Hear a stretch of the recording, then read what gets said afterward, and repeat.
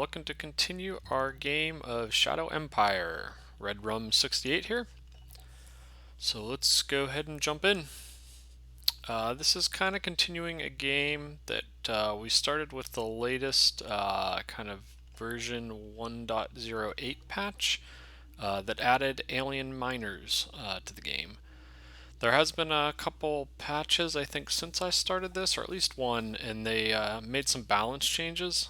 So we will see impacts of some of that, but not all of them. But to go ahead and do a quick recap, we have 4 cities. Hollow Mountain was the city, our capital, that we started, and we've captured 3 miners, Nelson, Osnabrück, and Lillard. And we have lots of aliens now, pretty much all around us. And so we have an alien here, we have an alien here, and I think 1 or 2 of these is probably aliens as well. And currently we are at war with Adala territory, which are alien cephaloids, and just trying to kind of push some space out from our capital area. And then we can see diplomacy colors. We've essentially pieced these 3 aliens. All of them are cephaloid aliens. And so the borders here are relatively safe as long as we stay happy with those.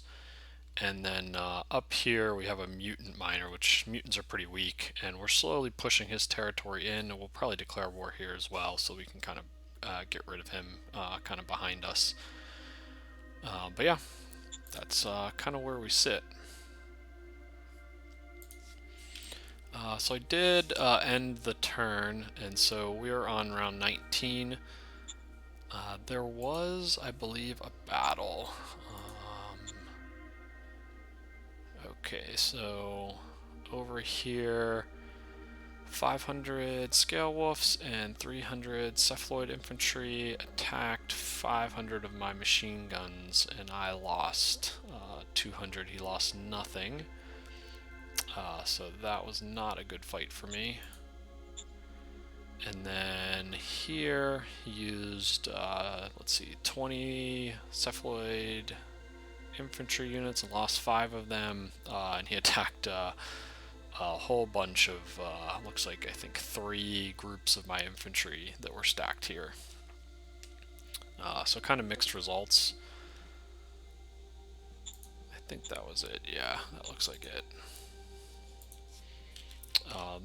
The aliens are relatively strong. They're not super strong, but they're strong enough that they are comparable to kind of my infantry units, if not a little better.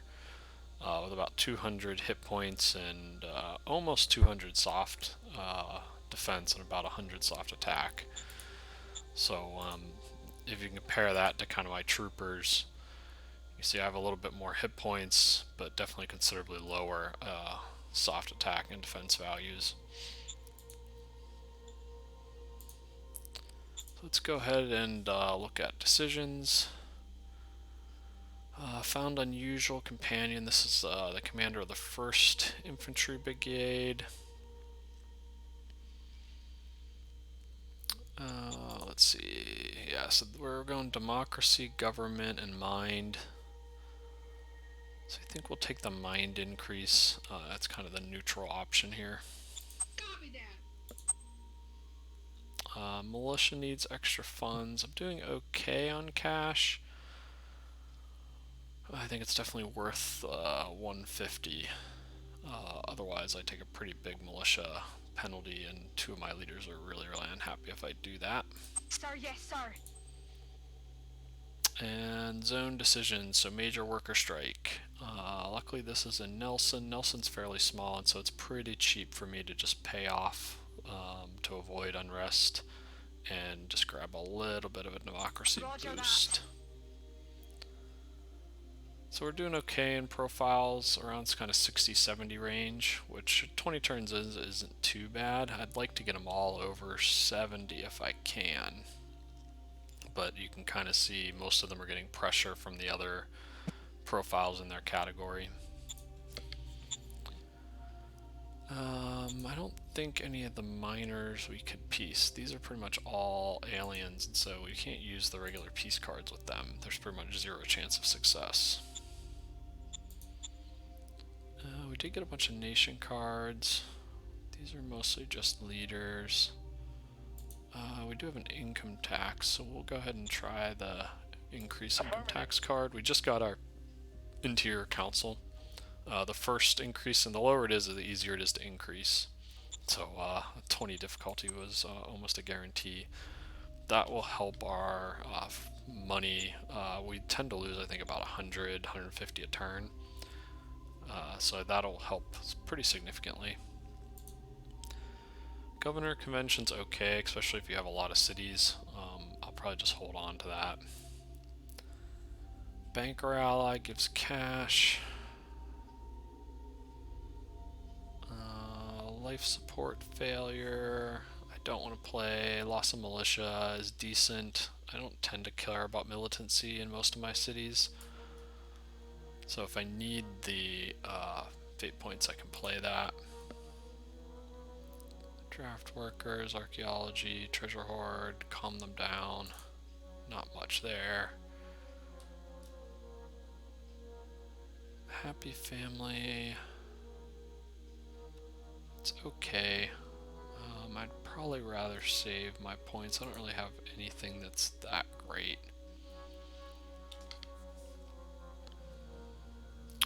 And we'll just do a quick scrap to get rid of some of this.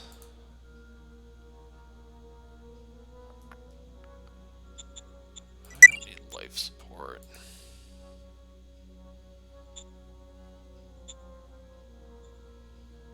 And we can get rid of these two as well.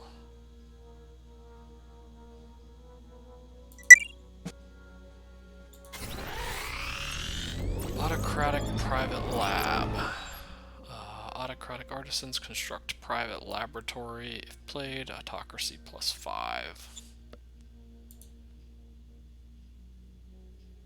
I don't exactly remember what a private lab does. Get rid of archaeology and draft workers. And get rid of auxiliary chemical as well. I think I'll go ahead and try the autocratic private lab. I'm not sure exactly what that does, but we'll play it in our capital. Affirmative. Hoping it gives some sort of research bonus, that's my guess. Not sure if I've played that one before.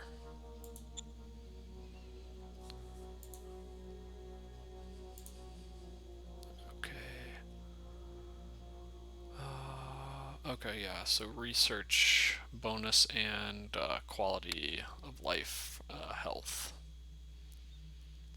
50 bonus points is fairly low because I think it takes the square root of that, so it's really 7%, assuming you don't have any other bonuses because they add and then take the square root. But not bad. It still helps. And worth taking a little bit of autocracy to get that. Oh, I think we just found that common artifact there. I don't think that was there last turn. If it was, I totally missed it. Okay, so that's him. This is still Adala. So I want to try to kill that if I can.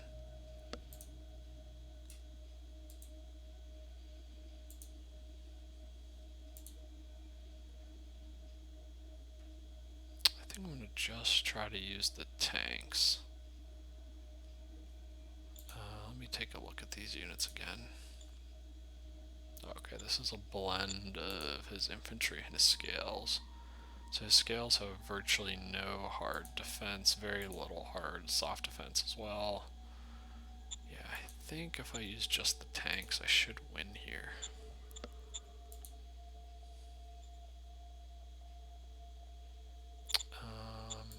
Do we have any? We'll go ahead and play our political aid truck on it. try it. If not, I'll have to use probably all my infantry. All clear, Awesome. sir. Good win there, and the big thing is a good chunk. I got 11 experience and 11 morale, so getting my tank kind of trained up for future battles, and he even has a little bit of movement left, which is good. And what is this? This is non-aligned. Okay.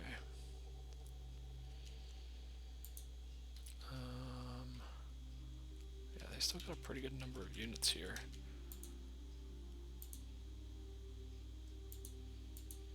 Okay, I'm at peace with this guy.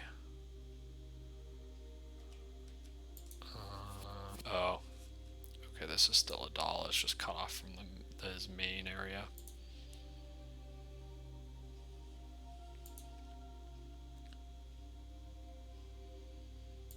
And this is... he attacked me here. This is where I lost a couple units, I think.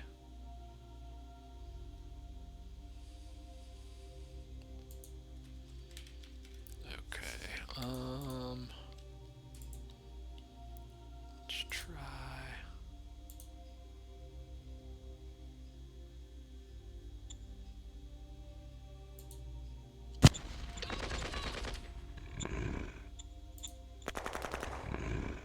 No problem.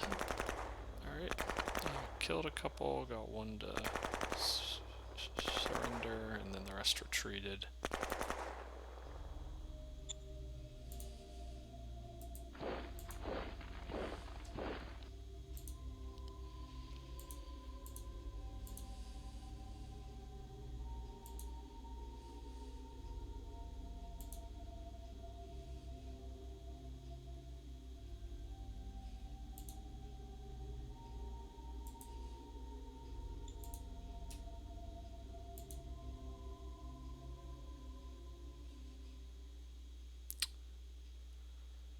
I don't think I have enough strength to move there, because if even if I push them back, I don't know that I could defend against both of these. This is...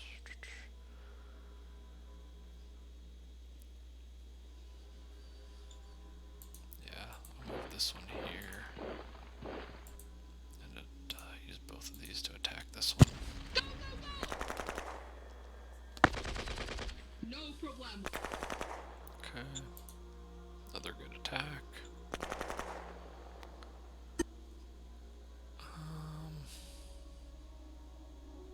I think if I move both of these in, it's okay. I'll be okay there.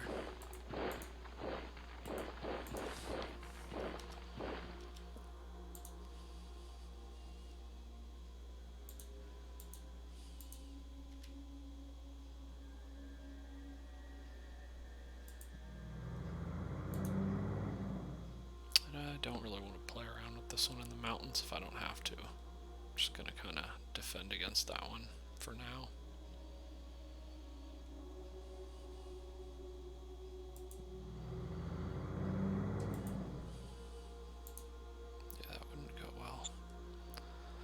Unfortunately, buggies and tanks don't do so well out here in the desert.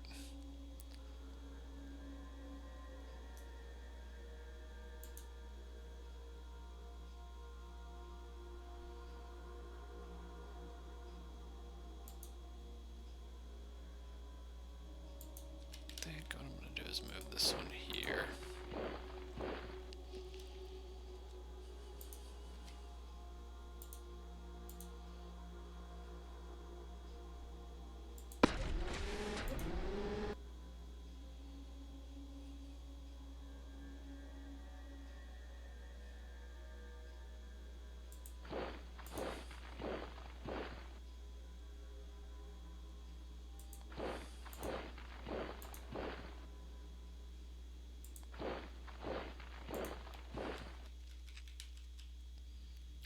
I don't know if there's any other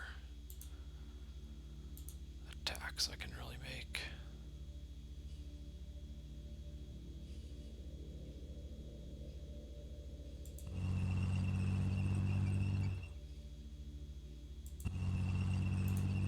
So I think what I'll try to do is try to use these ones to kind of come in here and flank them if I can. Ideally, I would surround some of them and get them to surrender rather than having to attack them a bunch of times, but the only good thing about attacking is I could try to farm some experience and field testing. So I'm kind of okay either way.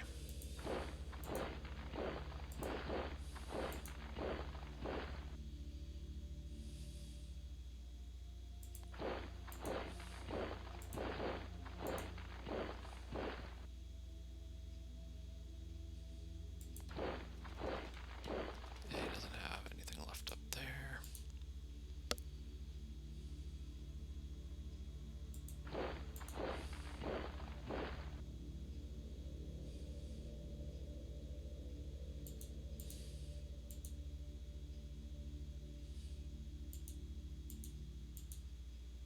And this is the new tank I built last turn.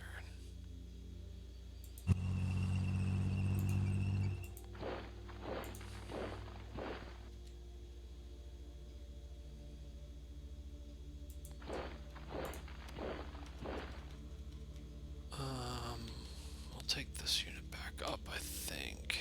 It's pretty weak to be dealing in with those. Those aliens are pretty strong.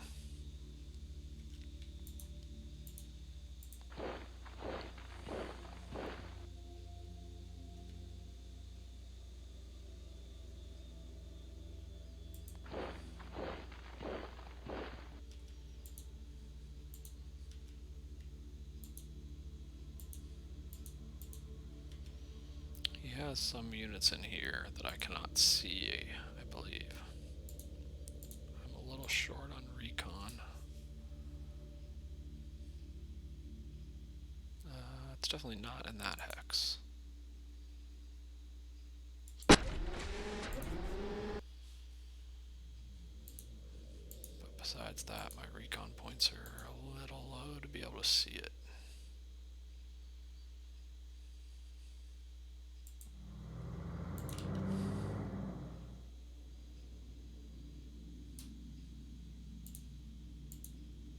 He's in one of these two hexes, I think.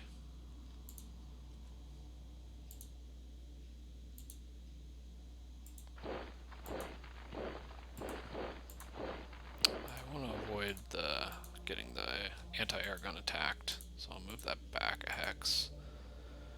And I'm pretty certain he is not in there.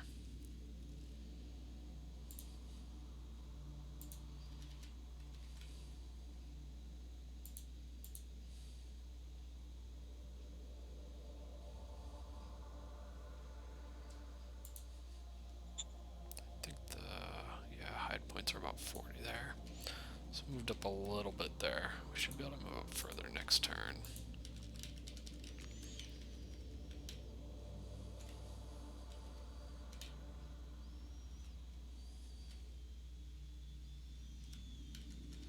And not much going on over here. Just kind of holding borders against the independents, non-aligns.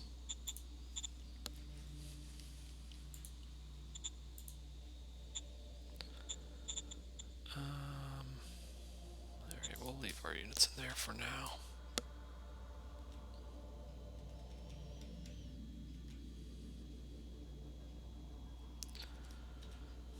We're still losing a little bit of food. I think that's probably, we're pretty close to having enough population again. We have both agrodomes going, so we should be pretty close to being food even now. We're researching hydroponics. I think we're okay on ammo.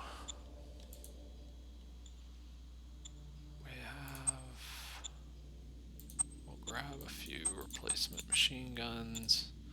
We have a few infantry.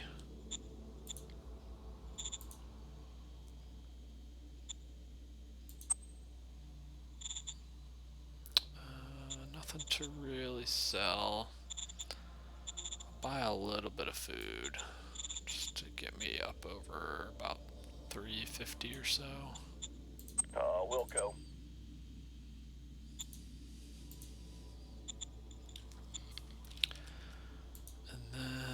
see how my worker situation's. Yeah, so I'm starting to run into the population threshold here. So I'm short about 2,000 public workers, and I'm short about 4,000 private workers.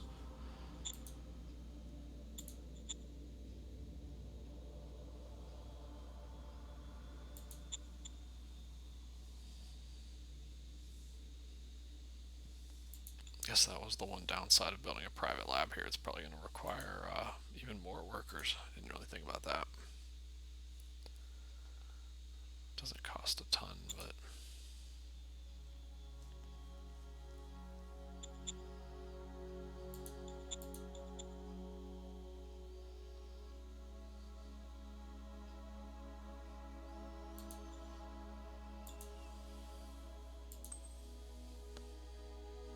I think we're good on energy. I want to start Industries 3 pretty soon.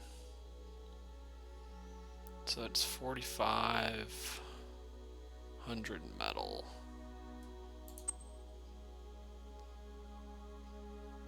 Bureaucrat Office 3 would be nice, but it's a killer in workers. I just don't have the workers to really do it. Until my city kind of grows out. Hopefully maybe I'll get some immigration from my other cities. I think I should have enough to start Industry 3 now.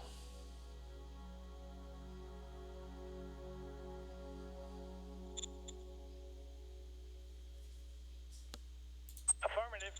We'll start Industry 3. And I do want to build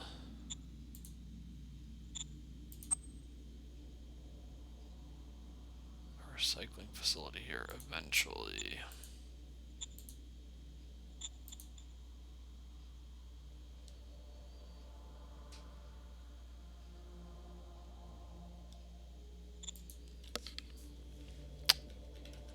But I think I'll wait until industry gets started up a little bit because I'm so short on workers.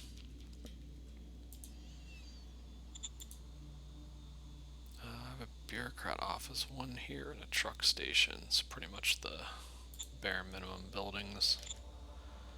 It's only level 1 though. It doesn't have any resources. And I'm not really interested in building industry out here quite yet. I think this one's in the same... No, this one didn't start.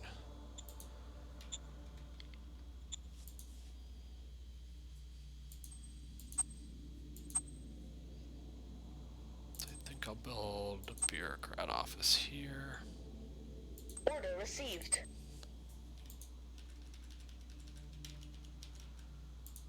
And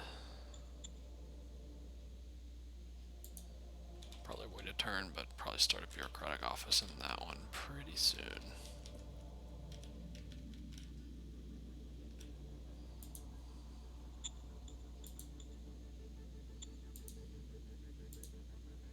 I really don't have much free folk in any of these zones.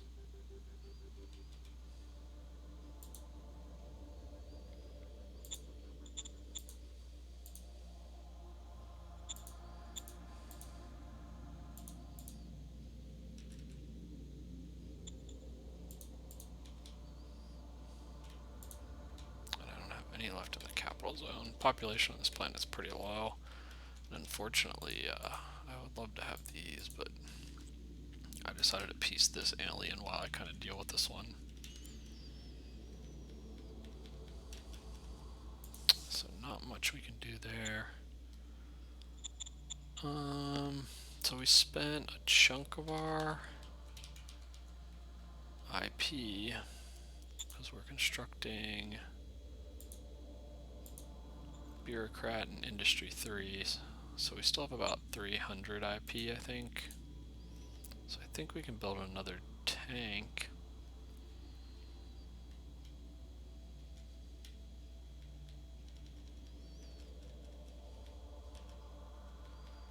And I'm also going to build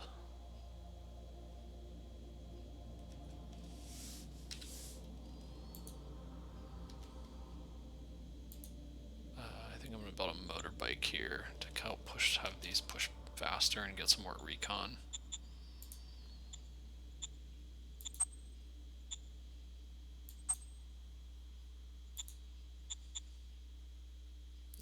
Actually, I probably don't have enough to build both, so I'm going to just build a tank down here.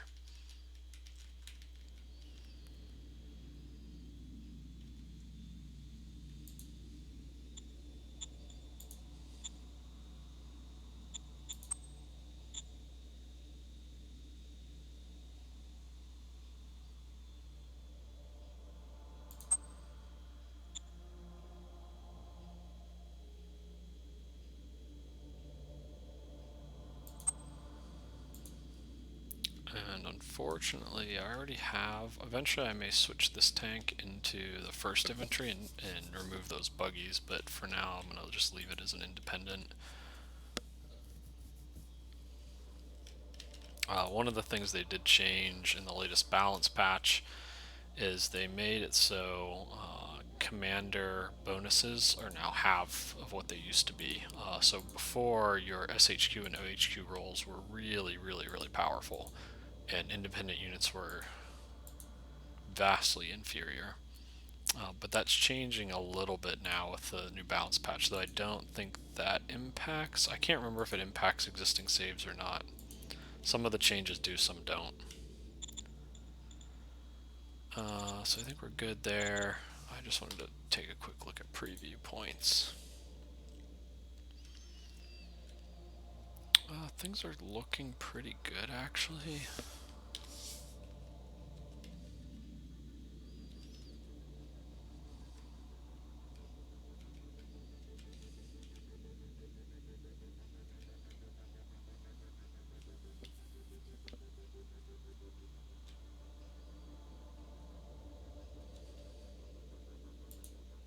Yeah, and I think eventually I still want to purchase the truck station, I think, in that one. But we can survive even without that for now.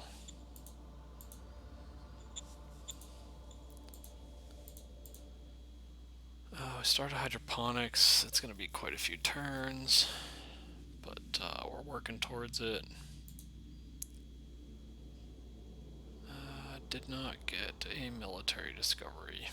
I don't really care that much about high-speed machine gun right now. I'd like to get side skirts for my tanks. And didn't discover any models. Yeah, so side skirts is, from a military standpoint, what we really need in this layer of tech. We'll pick up high-speed machine gun, but side skirts is kind of our top priority. We need metal soil filtration, and we need hydroponics from an economic standpoint, and we do eventually need heavy industry to produce machines as well, but because we played the fate card, we're pretty good on machines for now. Okay, I'm good with that. So I think that's pretty much it for this turn. We'll go ahead and end.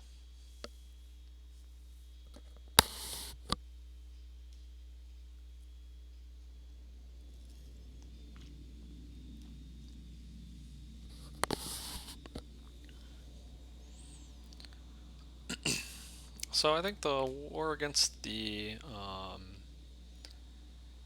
alien cephaloids is going fairly well. We're slowly pushing them back a couple hexes a turn here, as well as killing them off. We did surround and kill one group, and I think I'm hoping we can kind of surround and kill them off. The other big thing is once we pass this desert chunk here and get to this area, our tanks will be much stronger. So the hope is maybe push them back to this line and then encircle them.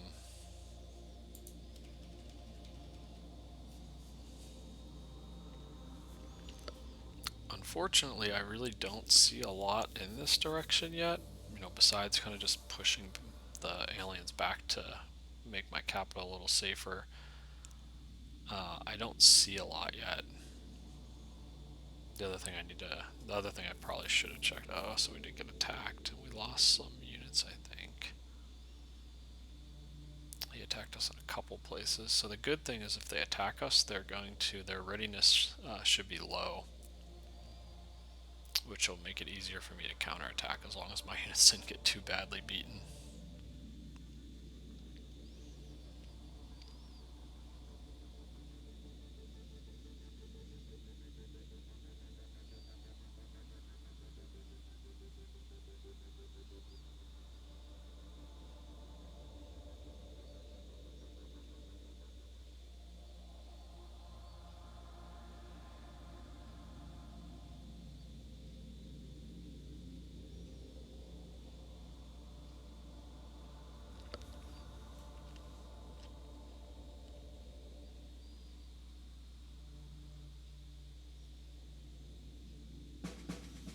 We killed 500 walkers. We lost 300 infantry and 10 guns. Not a great trade.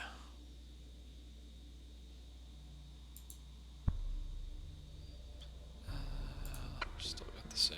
Okay, so we discovered bazookas, which are good, especially if there's any hard targets. Cheap and good against hard targets. Helicopter engine, useless. University, we don't need. Double shifts is good. The rest of the cards didn't look too promising.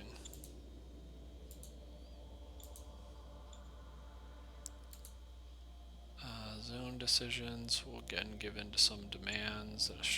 Worker strike in Lillard. Order received. Quack Doctor's active in Nelson. We'll give full support and pay the extra PP cost. Roger that. Critical failure. Damn. Danger increased by 40. Bummer. That sucks. And we will start a new model of the bazookas, I think. Yeah. So we'll do RPG and combat Roger armor. that.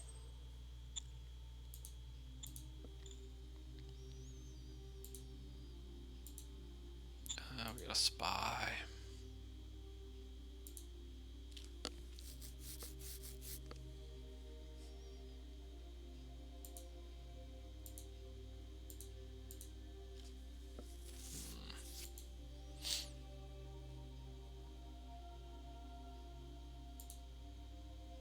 So non-aligned out in this area, in this area. This is a minor. This is also a minor. Non-aligned. These ones I'm at peace with, so I don't really need recon in there.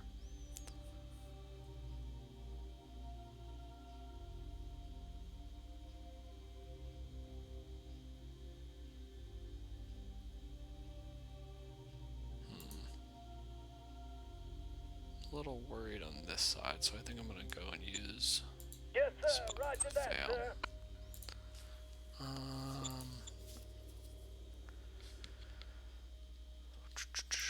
We can probably go ahead and increase sales tax. Really, any tax increases that give us a little bit more of a balanced budget, I think I'm gonna vote for.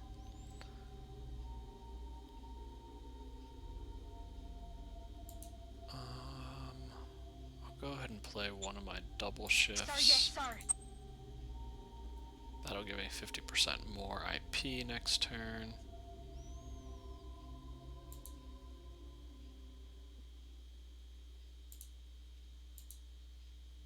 Nothing else really looks that great.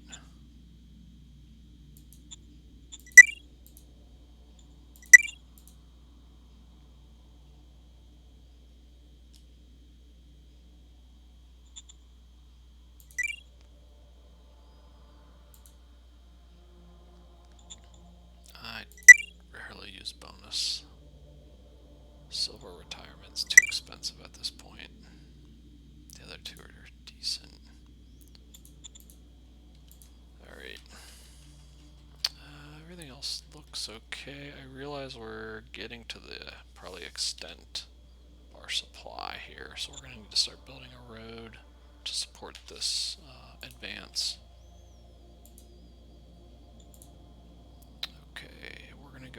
a surround tactic on these.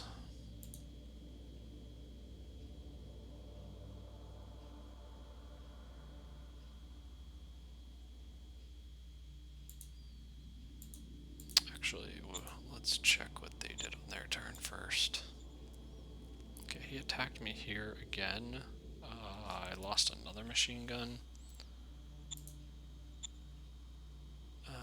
He attacked this stack. He lost 3 units. I lost 1 infantry and 1 artillery.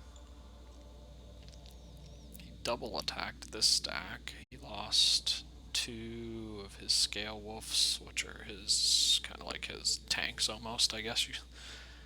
And I lost 1 machine gun. That was it. So kind of a couple different attacks, kind of across the lines actually.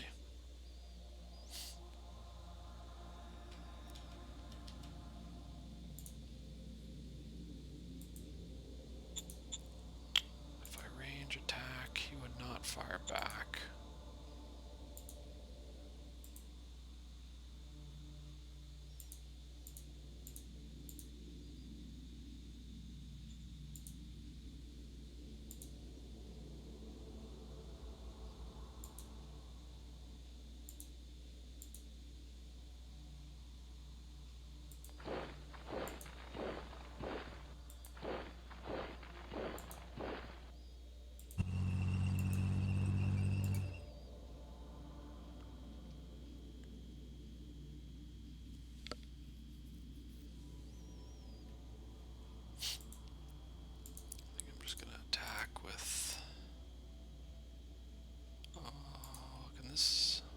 This tank. Damn. It's because these are dunes, and tracked units take 50 to move into the dunes, so he must be just short of being able to attack.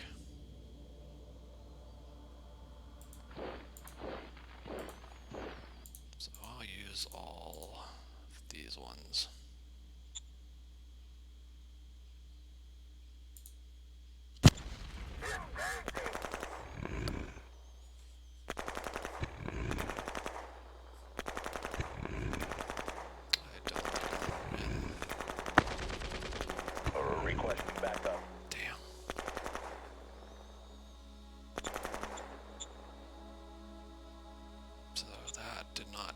For me.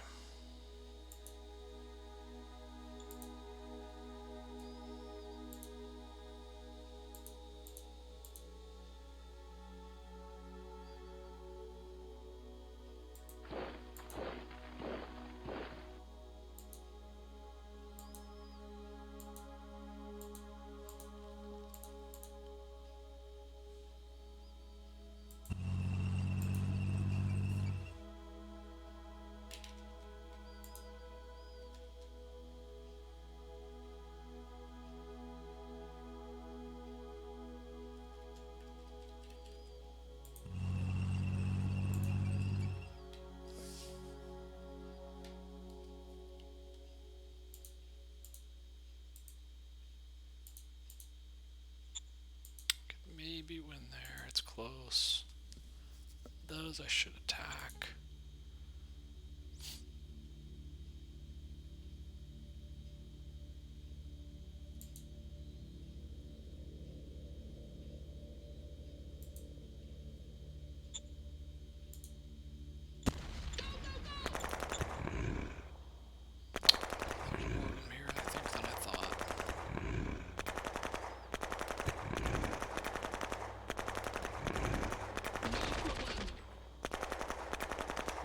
Just one. Okay, I pushed it to here.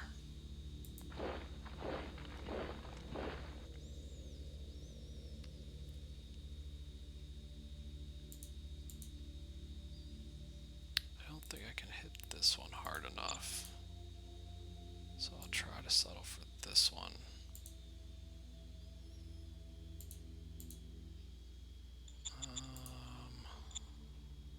Okay, I'm just not getting much supply. They actually still are fairly well supplied.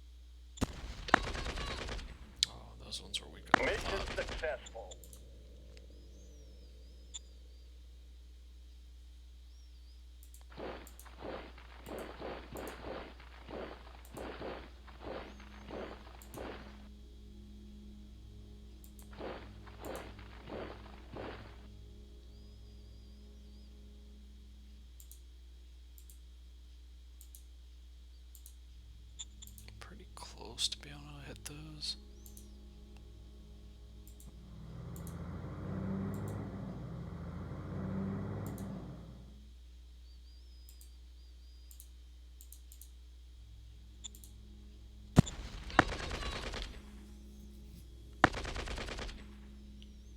No problem. Yeah, these ones, morale is getting low and readiness is low, so they're kind of crumbling pretty quickly. These ones must have had fairly decent. I don't know. They really don't look that high, which is why I thought I would win there, but I guess it doesn't always go as planned.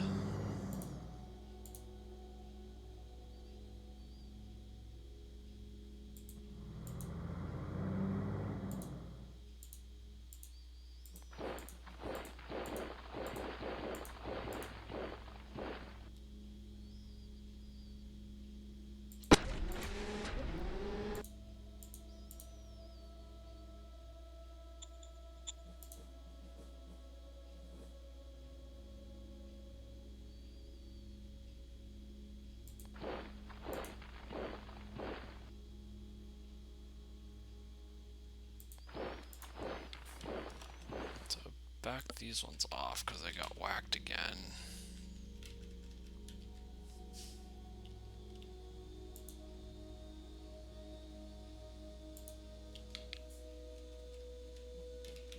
Okay, he just has a bunch of weak units here, it seems like.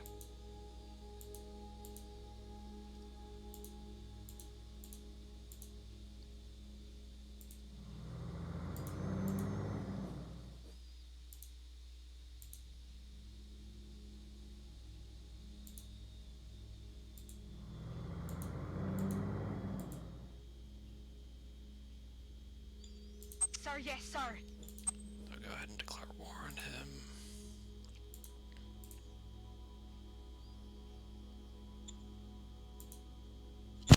Going in.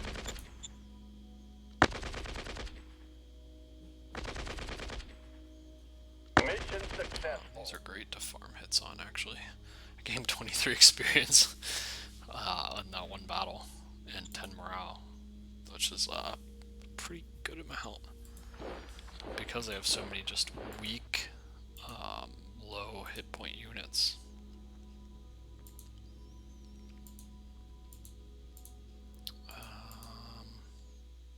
So these two I can see pretty well.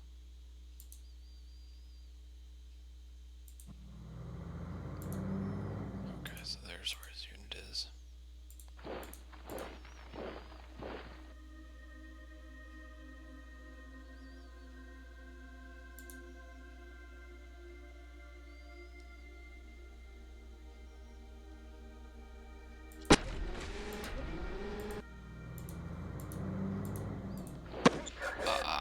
We need more firepower, sir. Shoot. Did not think there was a unit there.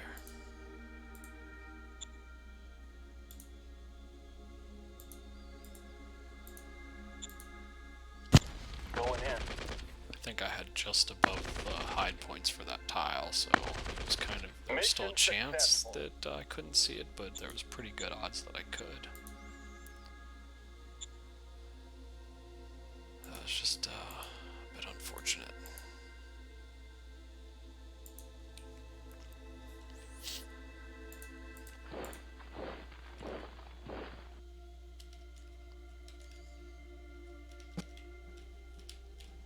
Okay, I think we're good up there. Starting to slowly push them back.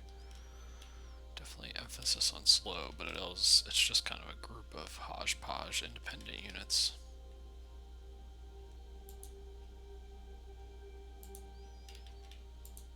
I'm gonna go ahead and bring these out now.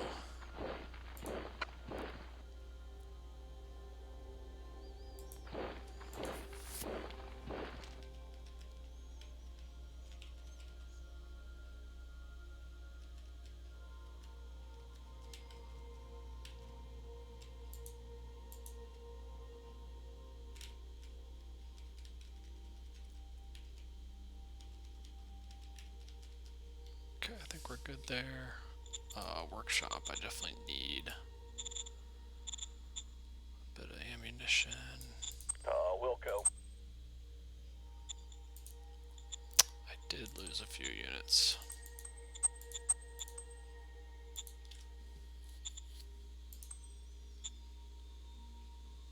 The artillery are kind of meh right now. I'll wait. Not really worth replacing them.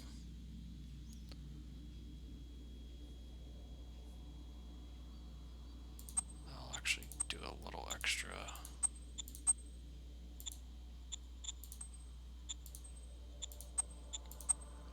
Just so I have some replacements ready.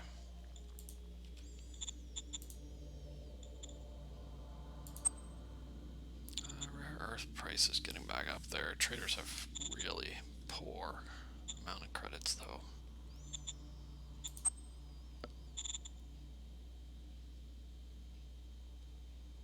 I'll again buy a little bit of food, probably a little over 100. Wilco. Okay, our money situation is getting pretty tight.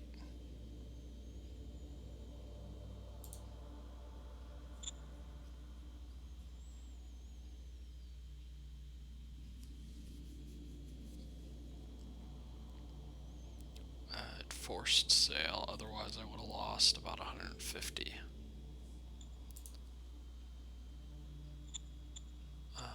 Let's actually go back to that. So we're at the fuel cap. So we'll sell whatever fuel we can. So that helps us all a little bit for a few turns. Stay above water. Okay, that leaves us, let's see, I think we're still building. Okay, so bureaucrat office, almost done. Industry 3, only made 91 progress instead of 100, so that's going to take 5 more turns then. This, I think I just didn't quite have the population. But that'll be done this turn.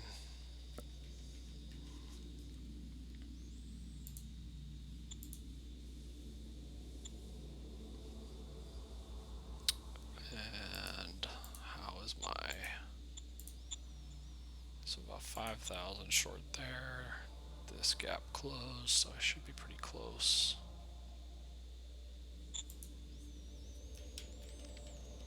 Unfortunately, both of these farms are sucking up tons of... That's like over 10,000 workers.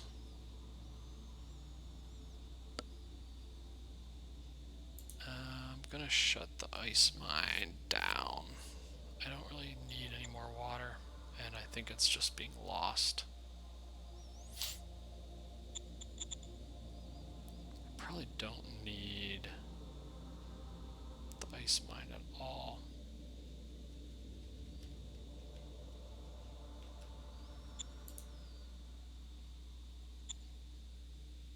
I'll mothball it for now.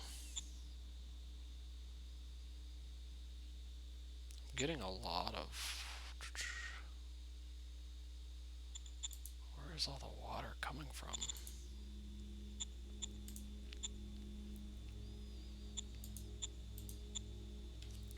Nelson produced 5,000 water from collection. Okay.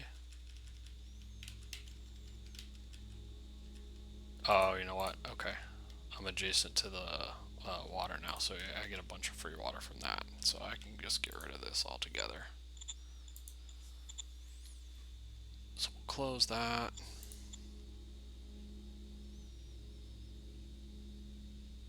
I think everything else we're pretty much stuck with from a worker standpoint. I wish we didn't have a dome farm 3 and instead had a 2. But nothing I can do about that from a private standpoint.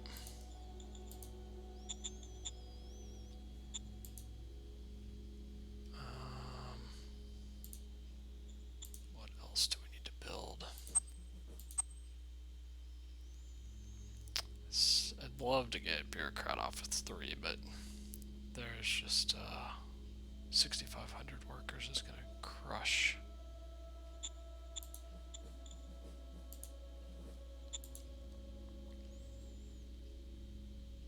They're cycling 3s, eating up about 300 a turn of the scavenge points.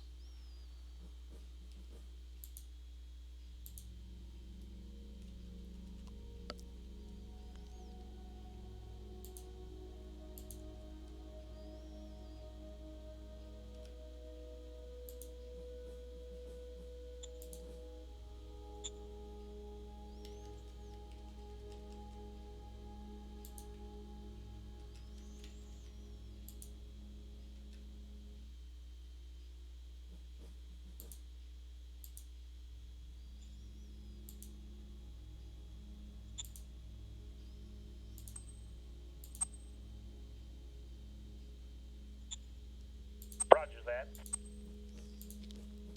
We'll start bureaucratic offices there.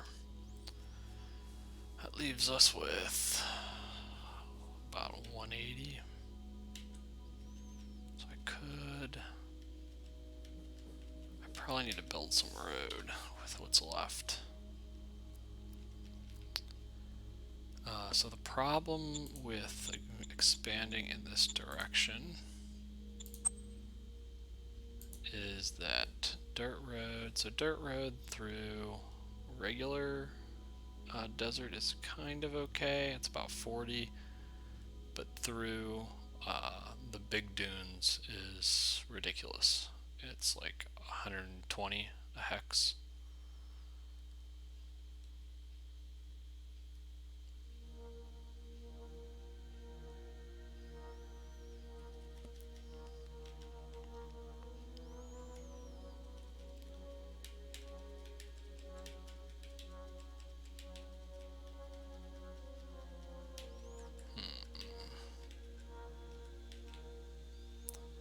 This might be my best option, so I think my best option is either there or here.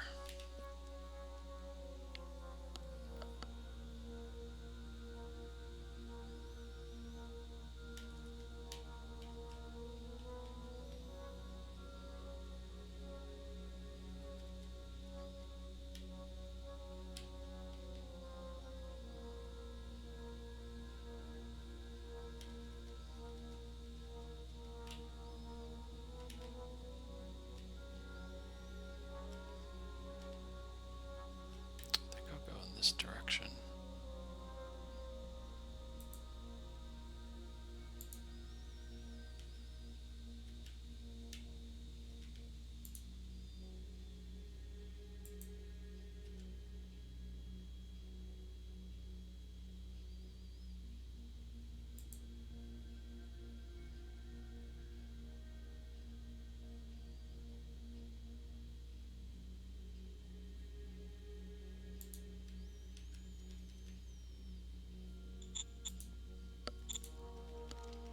That should help. And then I just wanted to build another motorbike if I can afford it up here.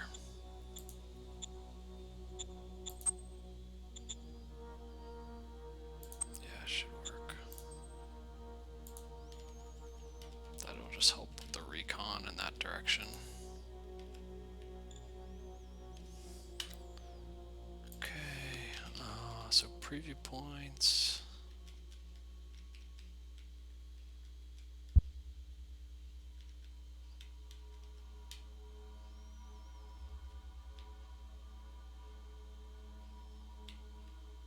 I think what I want to do is focus them this direction now.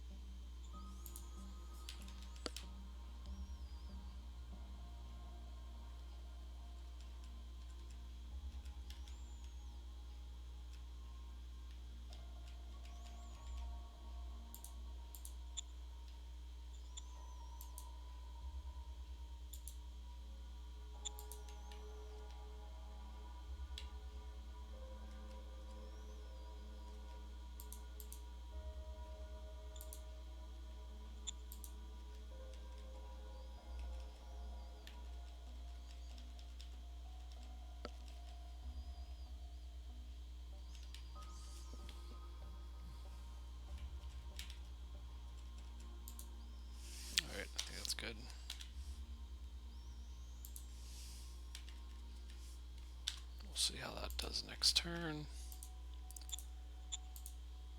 And a quick look. Okay, so hydroponics took a pretty nice jump. I think that would mean I have, what, about 2 to 3 more turns there? I think 2, if it's about the same. Got helicopters, so nothing good there.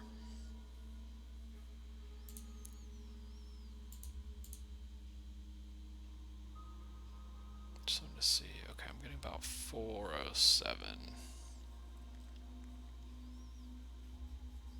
It's still not great, but it's slowly going up. Alright, let's go ahead and end.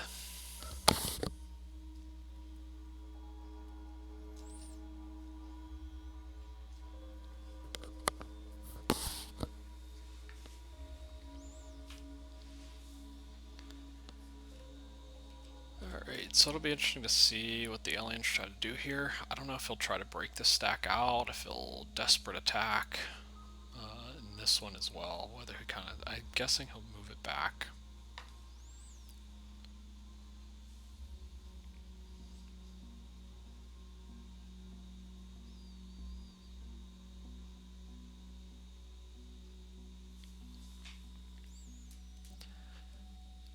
The biggest issue really I'm having in my capital is I just don't have enough workers. So trying to do what I can to only build the stuff I absolutely need.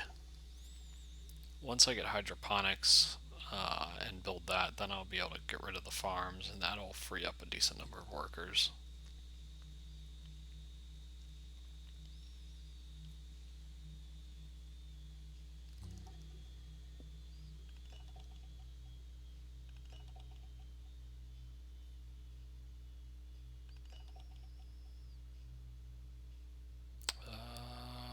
Okay, they did attack out around there, but I think it was essentially a draw.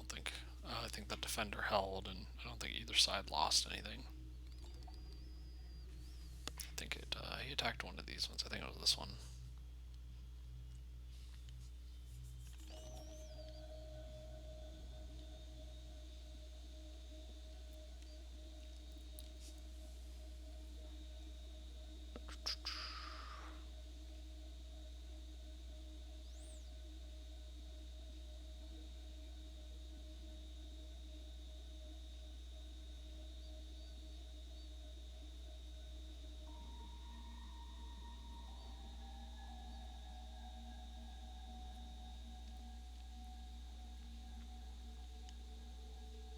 Still don't think I've even seen any major regimes like borders yet.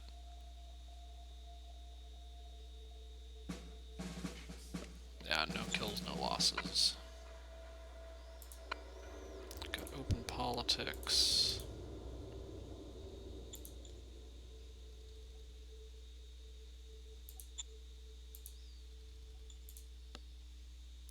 I could get a new advisor. Most of the leaders I have in the pool are pretty awful. Vigilante justice in Lillard. Perceived injustice against a begging woman has caused a mob to start lynching people. Things spiraled out of control and it turned into a witch hunt. We are attempting to restore order and minimize casualties. Yeah, I'll give you what resources and hope for a good roll.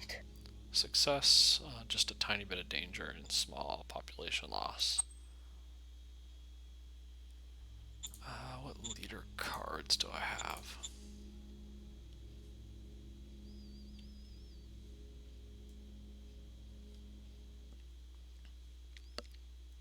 Nothing really worth playing. I could play the juniors, but they're unlikely to be very good.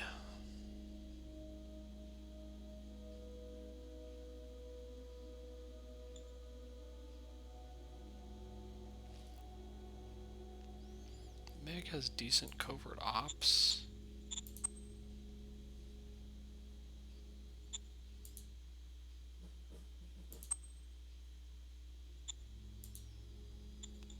I wonder if I put her as an advisor to my Supreme.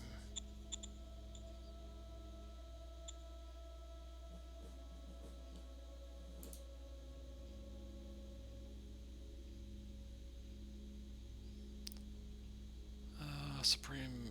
Generally, I try to put advisors on people that have high relation because usually the advisors conflict and give a decrease to whoever they're attached to. Yeah, so the advisor attached to him gives a -8 relation, but he is just so happy it doesn't matter, which is kind of interesting.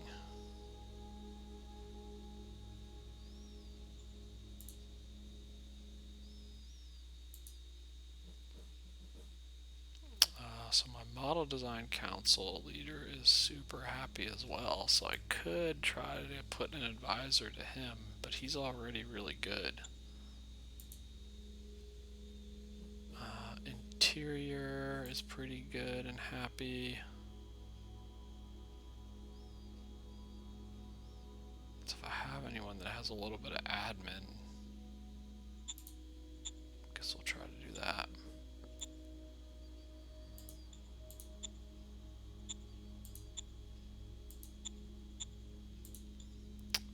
No admin.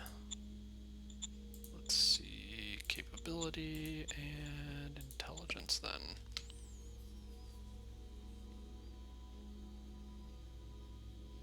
Probably Ignatius or Meg.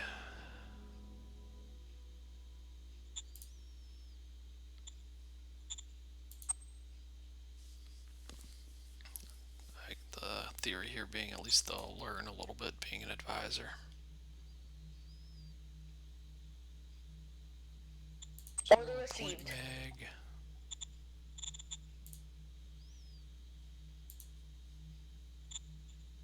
Standing by. And attach her to, I think I said Interior Council.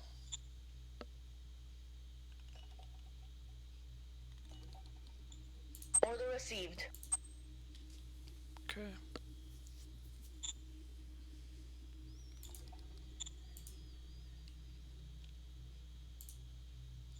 We'll try to send our spies out again. Yes, sir. Roger that, sir. That failed.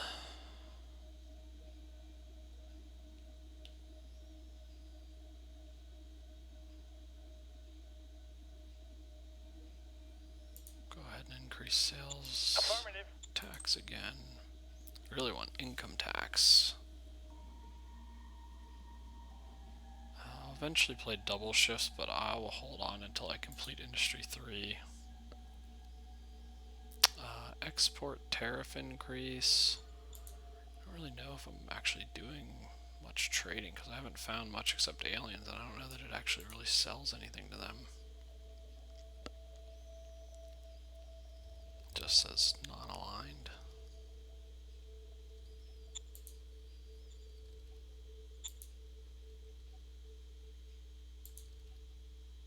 I don't know that they really buy and sell much. I'll just wait and see.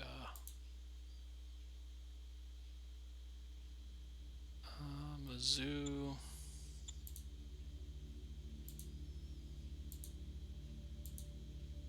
I think I've played one level of Zoo in each of these. So I'll double down in Nelson. Roger that.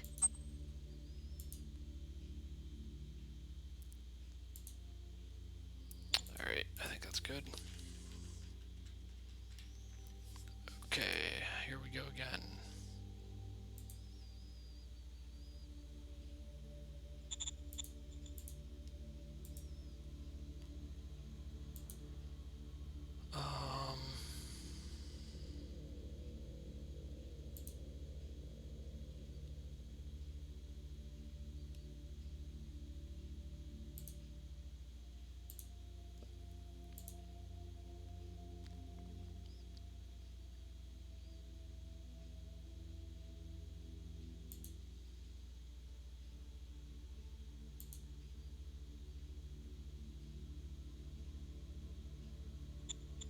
You know what, we will actually bombard that stack first.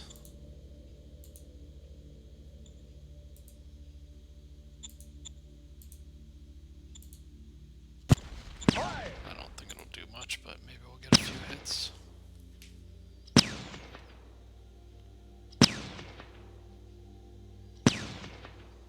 Wilco. Alright, 5 hits. Better than nothing.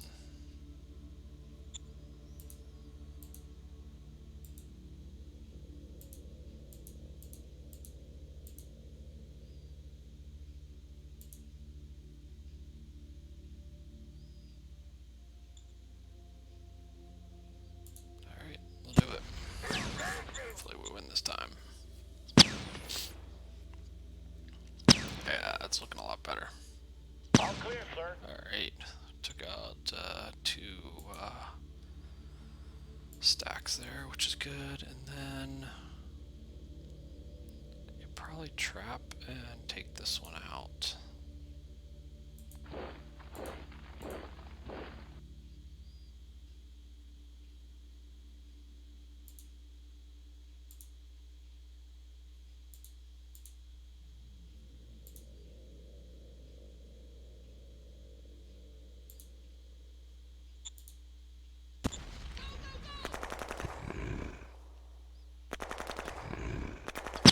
It's close. Got it. Tanks are rolling. Pretty big wins there, actually.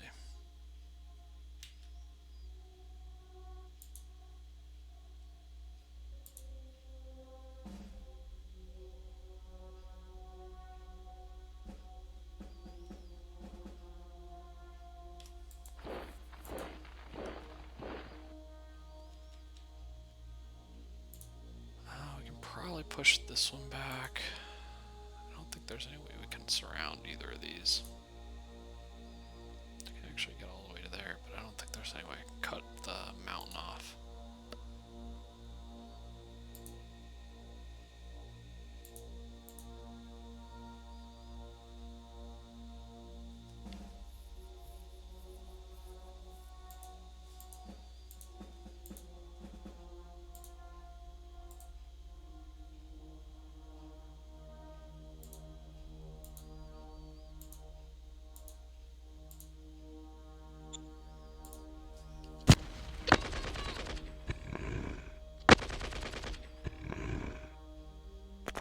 We actually got a couple to just surrender. His morale's getting pretty low. They actually will probably surrender.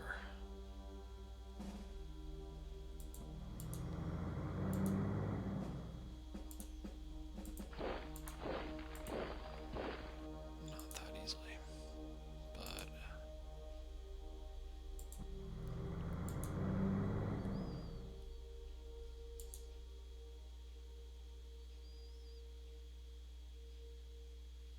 how good are these? Oh, they're actually pretty good.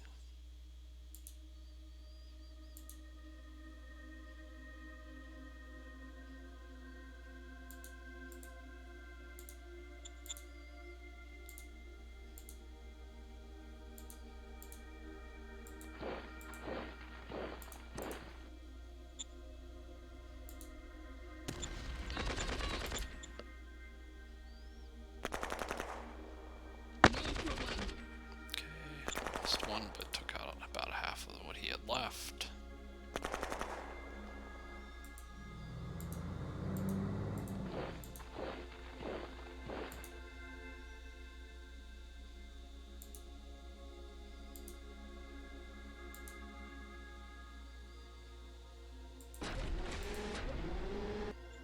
We'll risk it. Going in.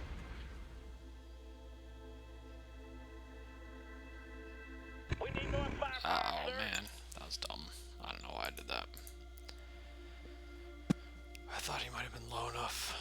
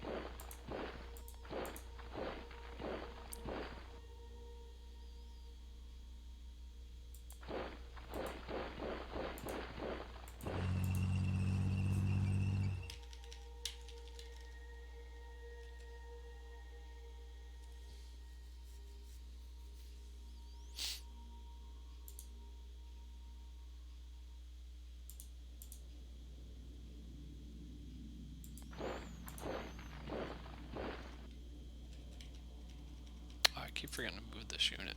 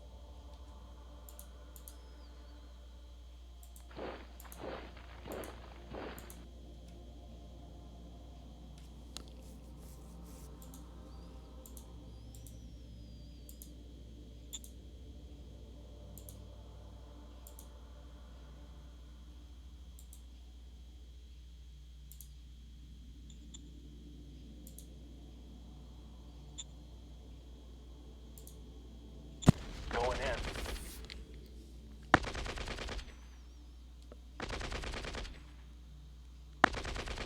Mission successful.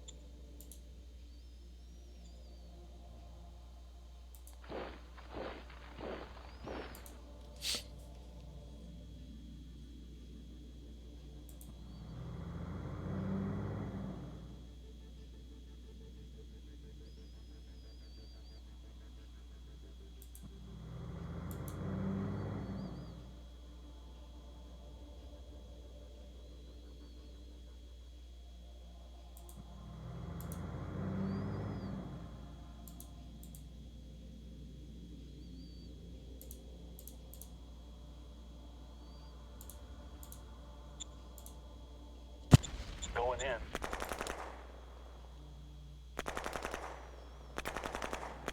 Mission successful.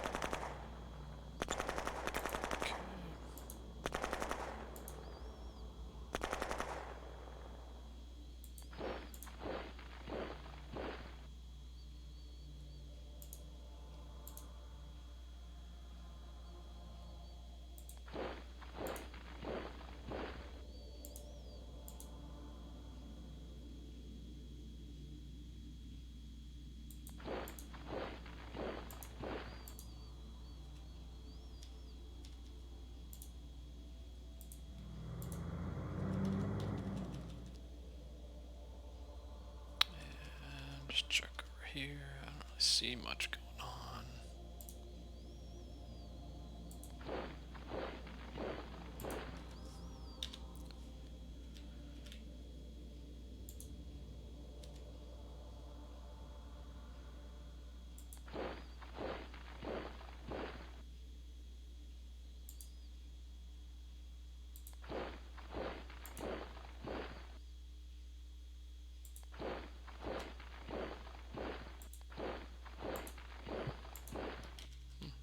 Not much over here. Yeah, something down around here though.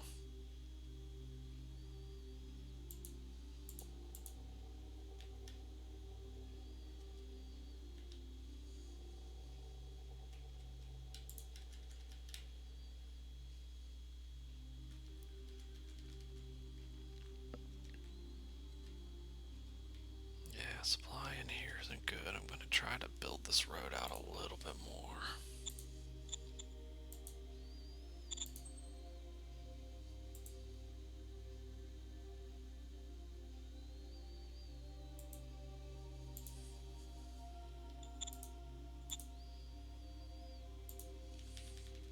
Oh, and I definitely need way more ammo than I have.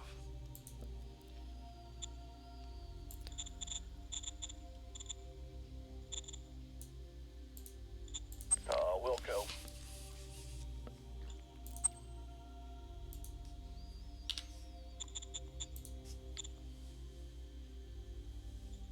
I'll grab a few more replacement troops to have a little buffer.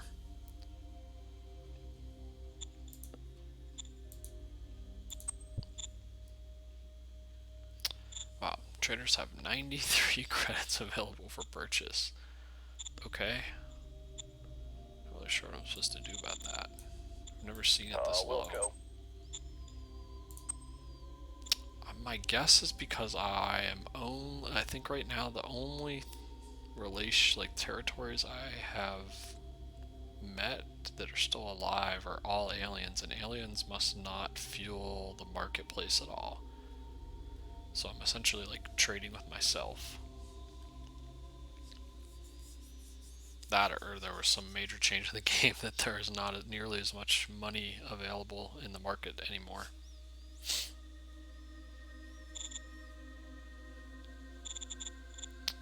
Again, I'm going to need to buy food.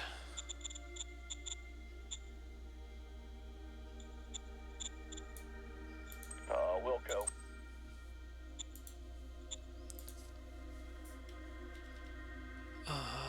Okay.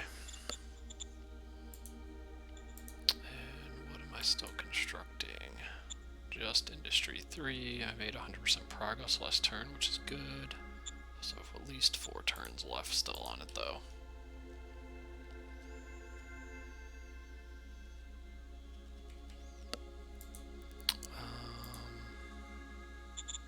That leaves me 370 IP. I have to be careful not to spend too much metal, though,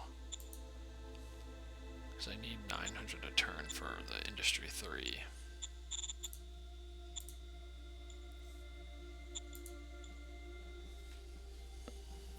And I'm only producing 770.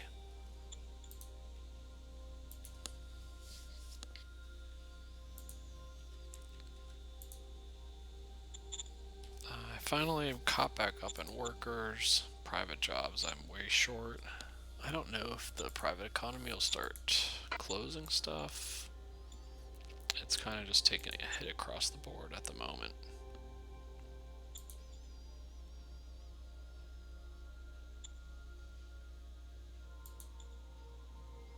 Oh, maybe it chose not to actually, maybe it did close the brothels, it looks like.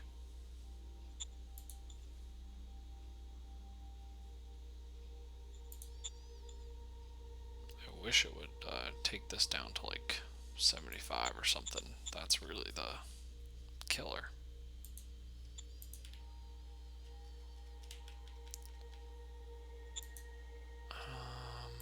Do we have any? We still have not found another metal, which means we're forced to. And none of these cities have much, even ruins to mine.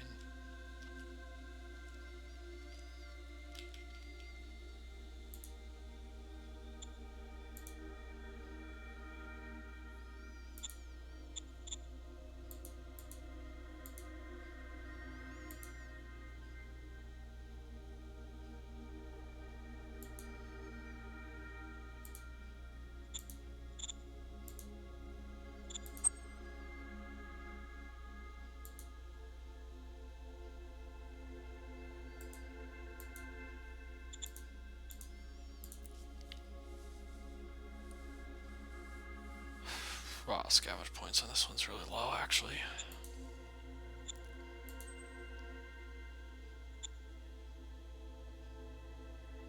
Affirmative.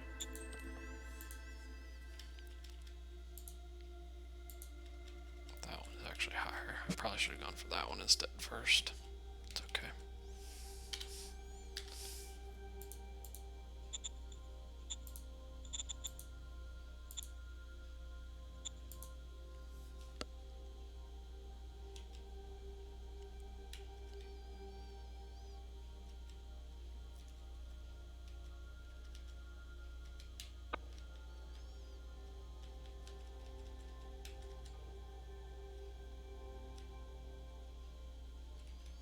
I wish I could get a little more cash, then that would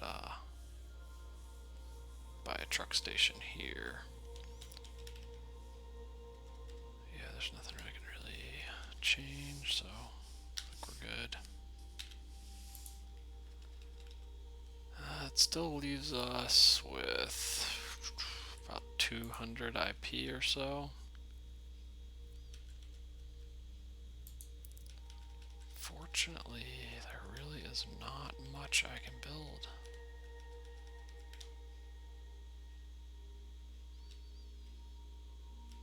I think I'm just gonna save it for this turn. Maybe build another tank next turn.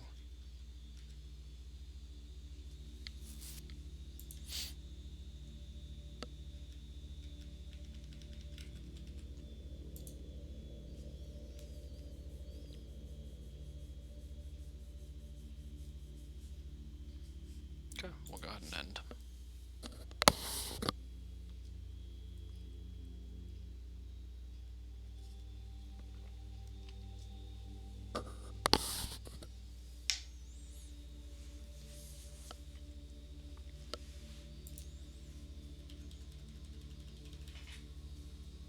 It's a pretty good turn. Aliens are really starting to crumble. They don't have a whole lot left here. And I'm also getting to the point where I got out of this initial desert, and it's much easier fighting in through here. So I'm hoping he actually stays and fights here, because if he backs up into the desert, then it's kind of a pain.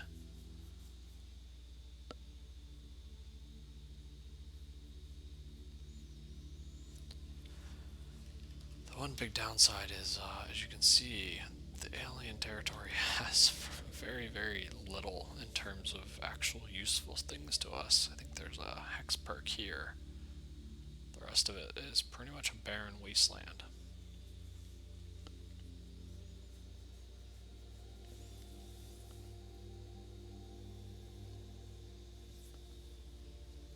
It looks like he backed up a little bit.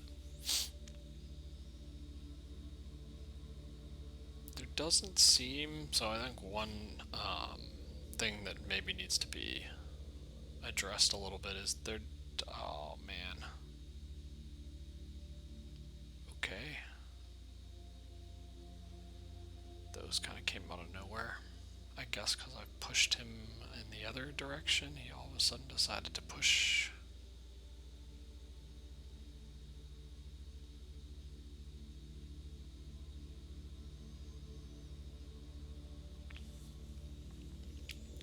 It's kind of annoying.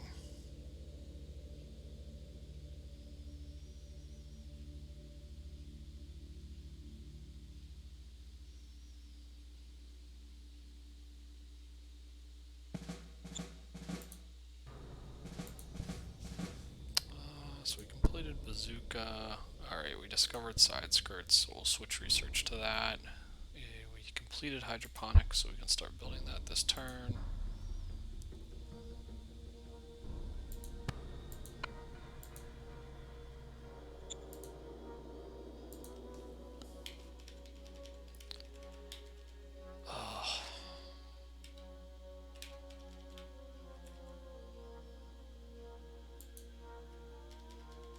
These mutants are super irritating.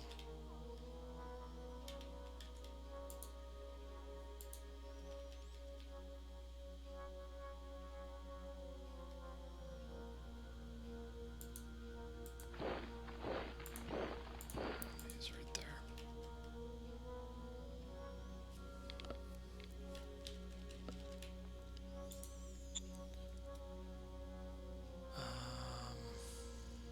Not much. I still have not gotten any other real economic text that I want to research.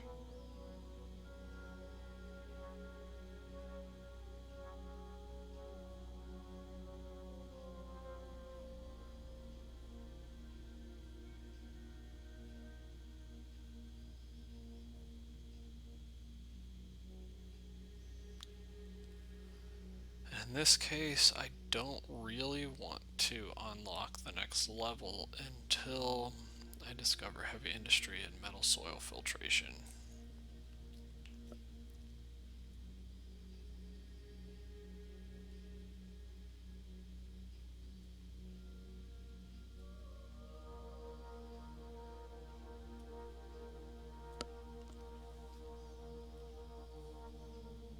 We'll do water soil recomp, I think.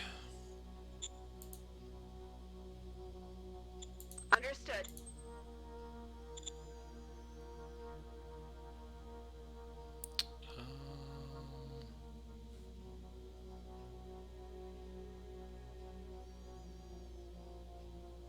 Don't really need anything else right now, I don't think.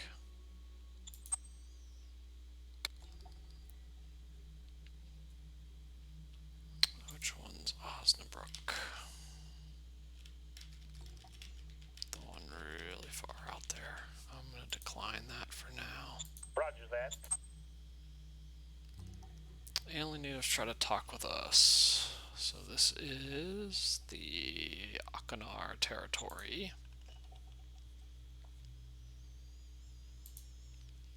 Okay, the one kind of south of Nelson. We can probably afford the 14 PP. 32 is quite a lot. Yes, sir. Roger that, sir. We cannot say we made any The aliens seem to have appreciated our efforts, but we cannot say they made any progress. Progress has been made in understanding their language. Okay, a little contradicting. I'm not exactly sure what that meant. And military genius in the 8th. Well, that sucks, because I don't need either of these two.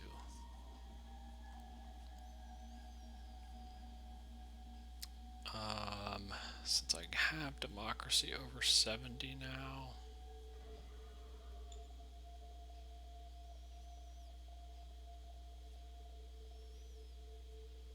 should I? The 70 is only the quality of life, which isn't that big of a deal.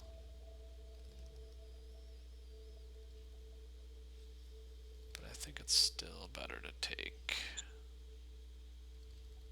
Wilco.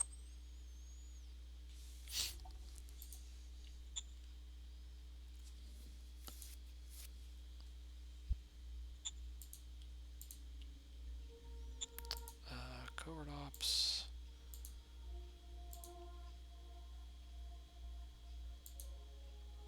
I'm gonna do it up Yes, in this sir. territory. Roger that, sir. Fail.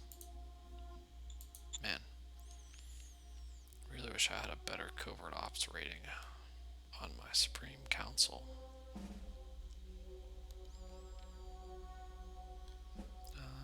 Nothing there. Again, I could play the Militia Loss of Faith if I want the points. So if I need to get money, I can do that. Import and export tariffs. Again, I am pretty much not doing anything except from non-aligned.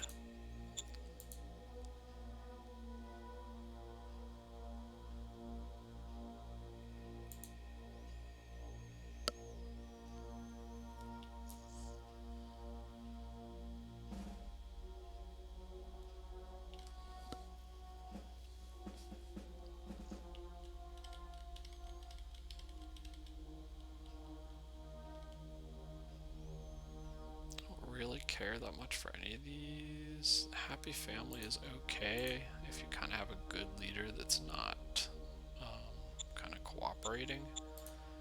Guess let's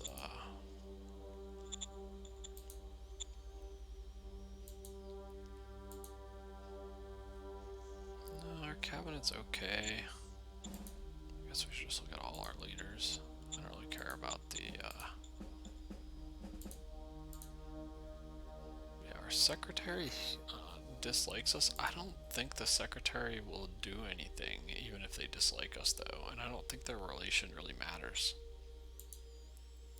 I may end up testing that theory here because it's pretty low. But it's a good question. I generally, you want to keep like your governors and your cabinet members happy, but I don't know that secretary really matters.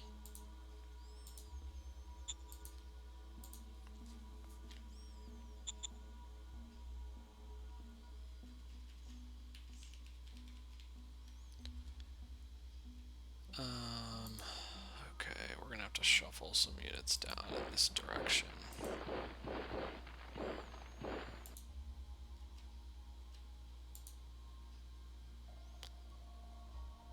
Yeah.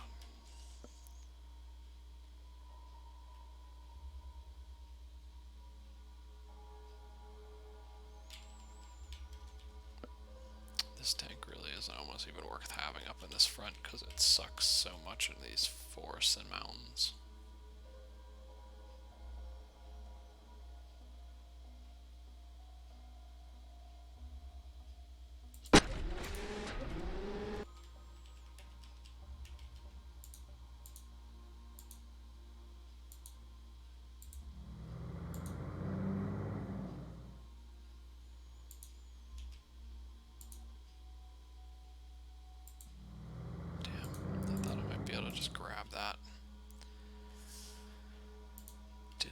work out. Can't cut it off because of this mountain.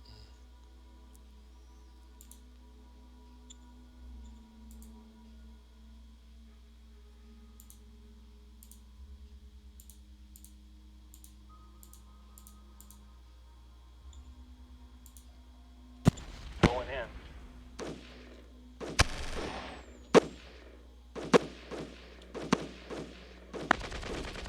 Mission successful. Okay, that went fairly well.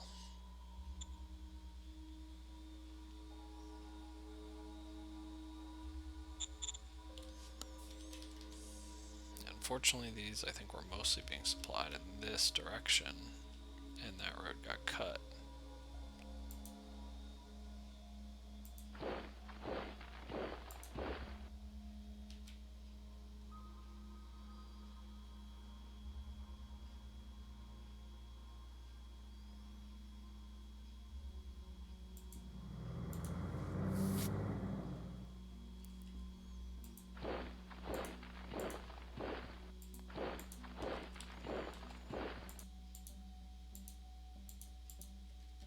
I'm gonna have to build a few units over here.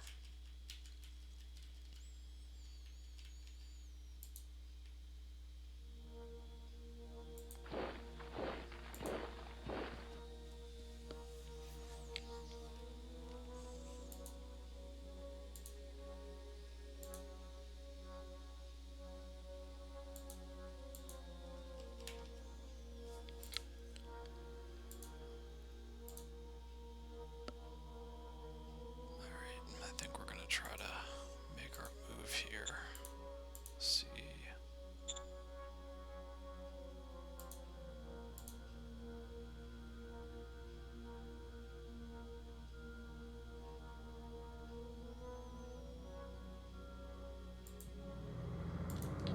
Try to cut these off.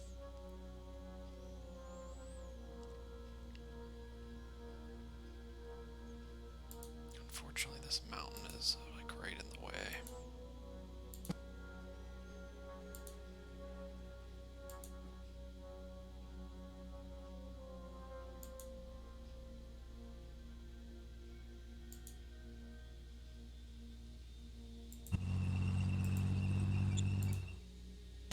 Going in. Gonna try to just. Okay, he only had Mission actually 2 units. I successful. thought there were a few more there.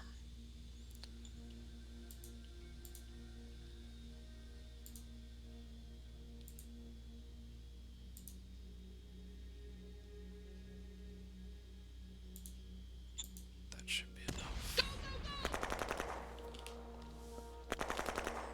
Yep, so those ones are gone.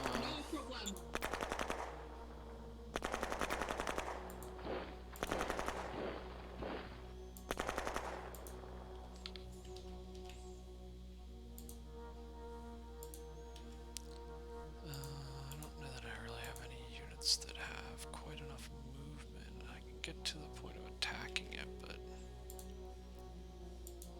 not with much.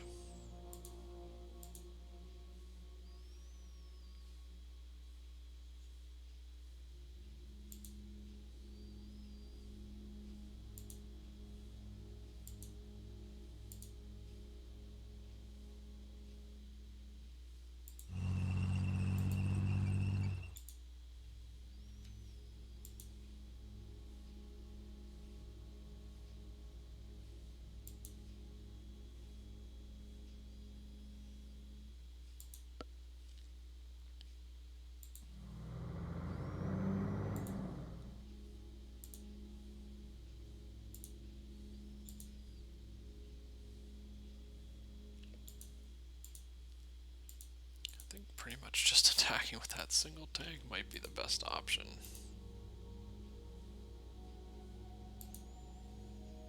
I'm gonna go ahead and do it.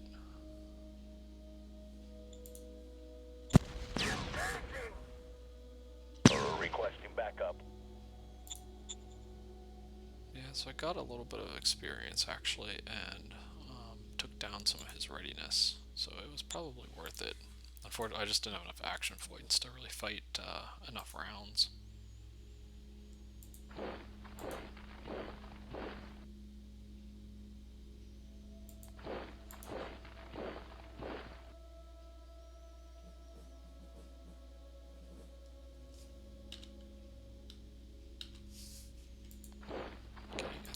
shortage of supply here.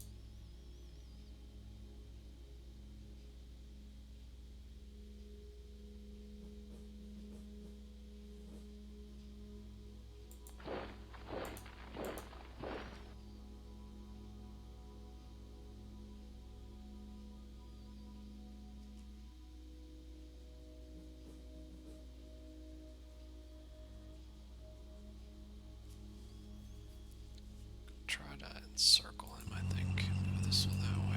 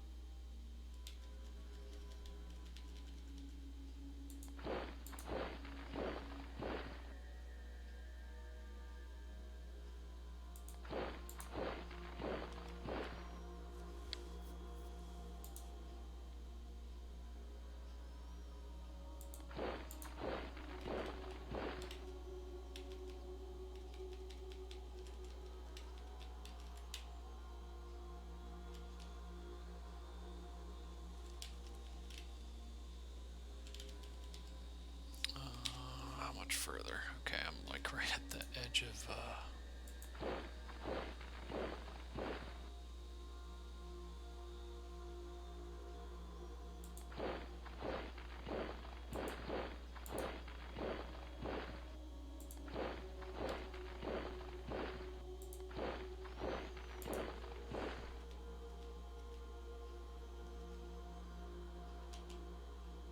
not really sure what the non-aligned units over here are.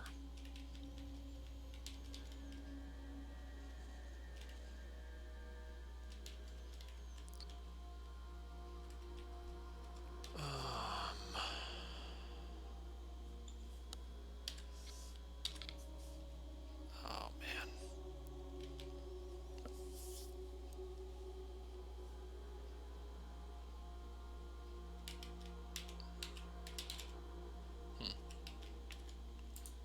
I don't really have any logistics points.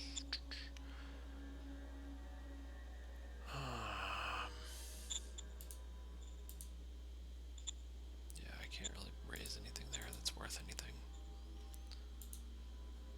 Move this unit up. I'm pretty sure I can't raise anything here. Okay. Let's push this unit back to defend.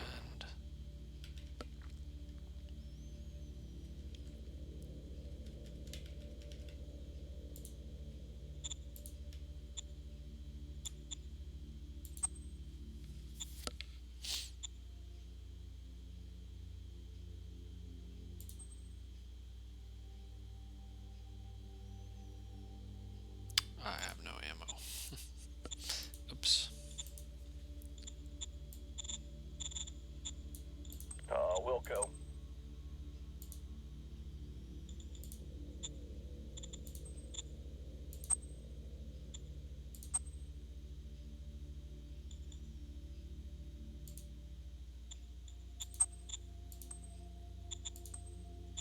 So I'll raise a couple motorcycles to help push this back and hold.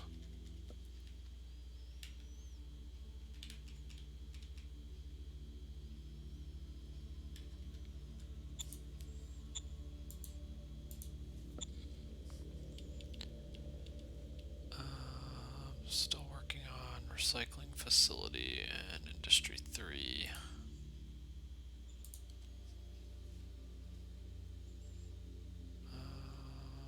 I think that will not finish in one turn. I think it's going to end up taking 2.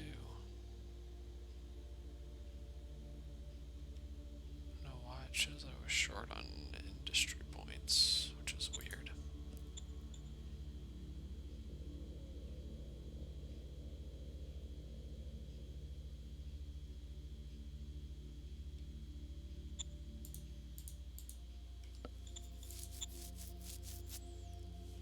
A little short on workers, I think that's probably what it was.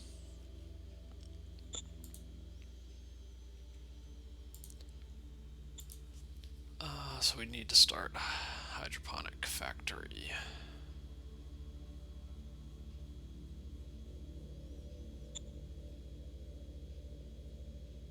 Affirmative. Is there anything else? I would love to turn stuff off if I don't need the workers. Fortunately, I don't think there's really anything I can turn off.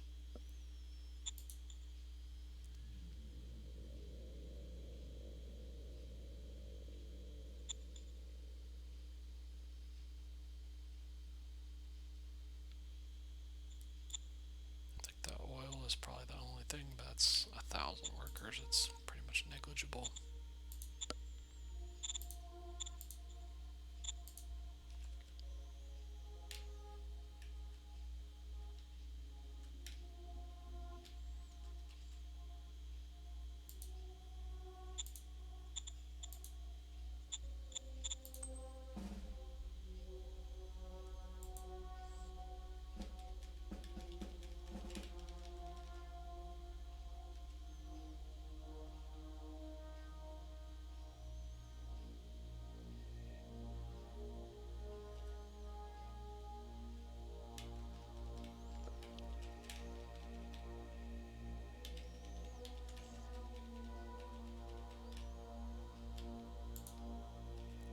I want to take a quick look at the strategic map. Yeah, so that miner, I don't know what they are. I don't know what this miner is yet either. There's the alien I'm killing, this alien I'm at peace. That's the mutants, and peace. This appears to be a giant non-aligned zone. Same over here. I just can't believe I haven't found. I think there's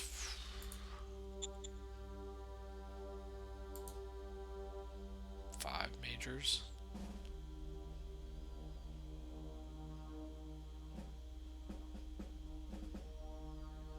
So I have probably because I captured some additional cities. I have a bit of a lead, but surprised I haven't found one of these. There's also a lot of other miners besides the aliens, but I seem to have, besides the couple miners that I already took out, have not really found any others.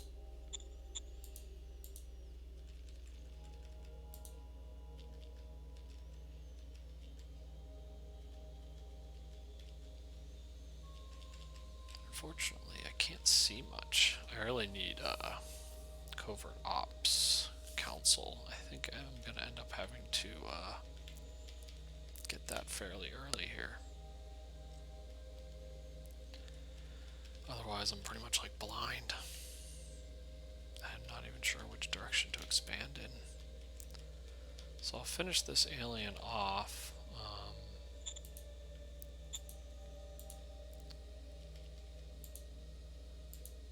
And I'll probably try to push down towards this territory to just see what it is. Because other than that, the rest of this is all non-aligned, so there's probably not much there.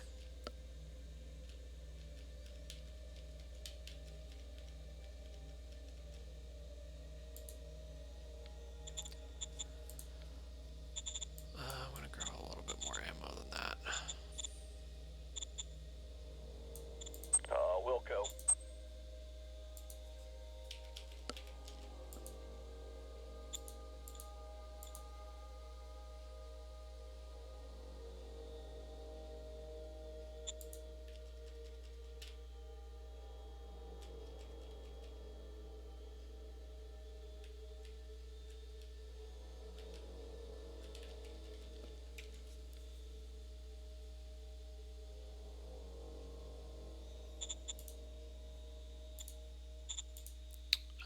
placements. I'm still okay. I'm not really losing units as much anymore because the aliens are getting pretty weak. Traders don't have any credits to purchase.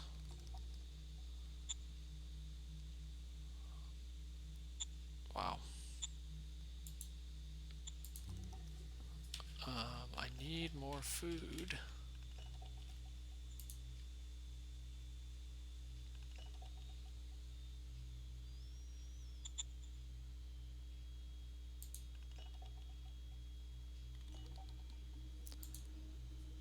I'll take a look at the treasury. Ah, man. So I need to keep about 150. So I can buy about 100 food again.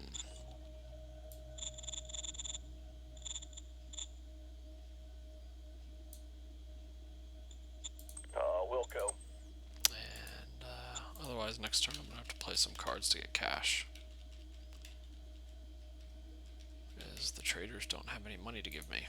Even though I have plenty of rare to sell. I have tons of oil, tons of water. Nothing doing. Nothing doing.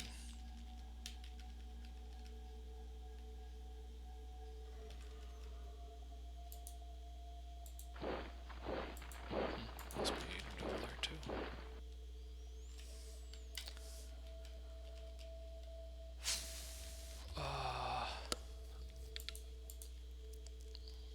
Yeah, so previous points are kind of messed up. So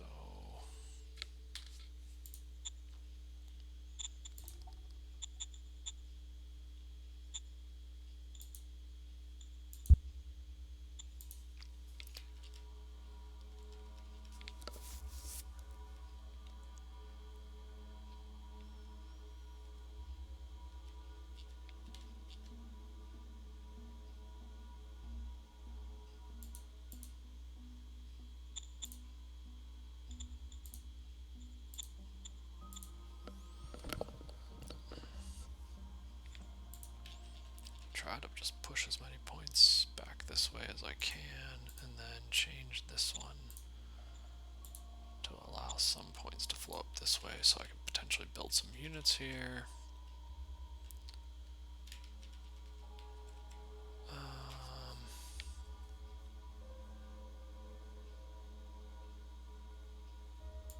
And then I'll build a road here.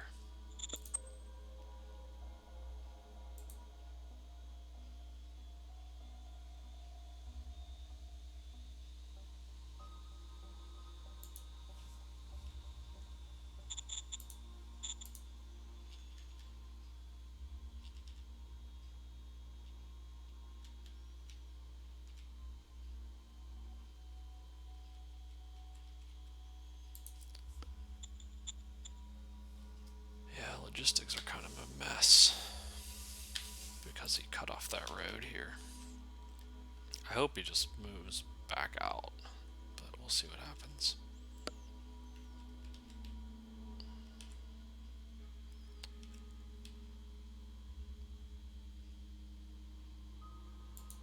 Guess I should build a unit here just in case he tries to move in this direction.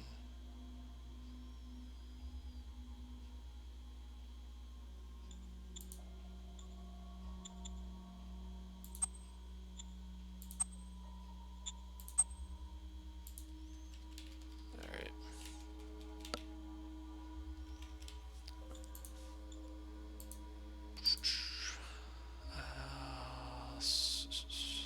Hopefully I get another discovery. I have a pretty good investment. I want to switch military because I research side skirts. Standing by for aye, aye, sir. Aye, aye, sir.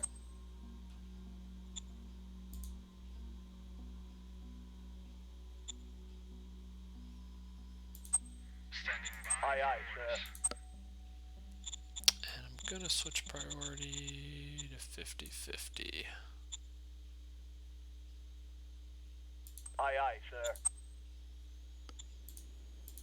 As I I still want to get more discoveries, but I want to make good progress towards light skirts so I can redesign light tanks. But that does give me a few more rounds to let the light tanks fight as well.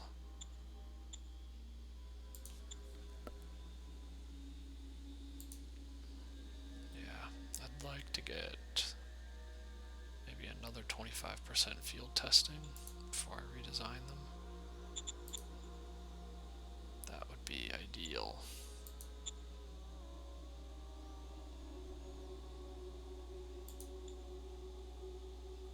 Well, I'm gonna have great field testing on the infantry and machine guns.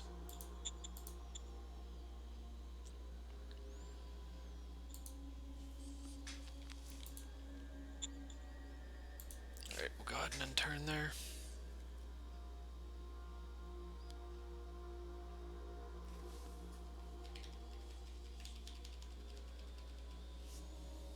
Yeah, the biggest challenge right now is there's, because we don't have any roads leading out anywhere in our empire, we don't really know where any other majors or minors with cities are. We're mostly surrounded by territories, either aliens or to the north is the mutants, and a couple of them I just don't know what they are yet.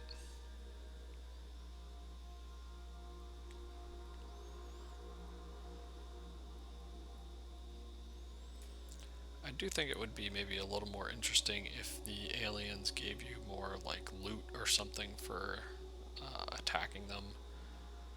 As it sits, it's kind of a little disappointing.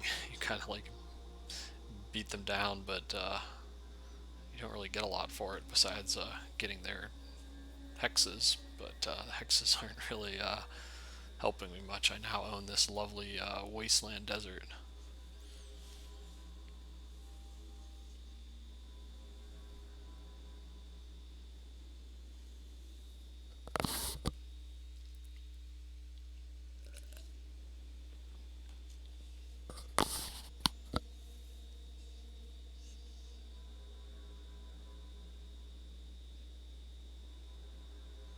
Yeah, and this turn I may need to actually slow down my Industry 3 so that I can make sure to put enough into hydroponics, because food's becoming an issue. I'm buying about 150 every turn, which if I could sell rare metal at a decent price and sell a good portion of it, wouldn't be a problem.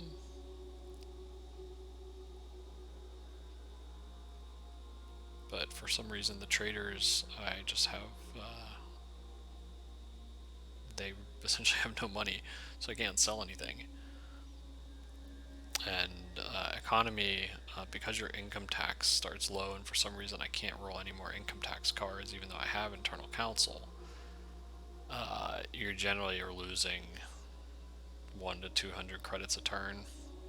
So you usually make up the deficit selling stuff until you can get your tax rate up to 30 or 40%, which it takes a little bit of time on the higher difficulty levels since you start at 0%. Found fuel deposits. Essolan territory. I don't know which one that is. We discovered metal soil filtration, so that's really good. We'll want to research that as soon as we can. Okay, we got decrease income tax. Okay, we got increase as well. It's like, really? I feel like if you only have 10%, the chance of generating decrease should be pretty low.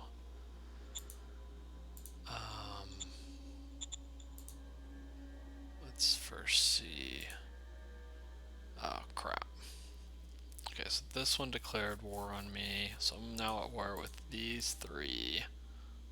That one's aliens, this one's mutants, this one I still don't know. So they declare war on me, but I don't know what they are. That's cool. Not particularly realistic, since if someone declared war on you, they would at least have to kind of show their face, you would think.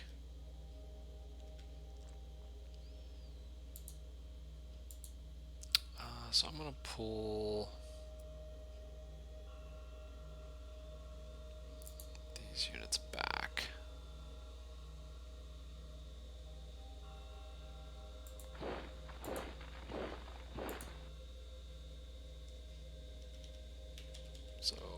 most worried here, because that's where he's the closest to me.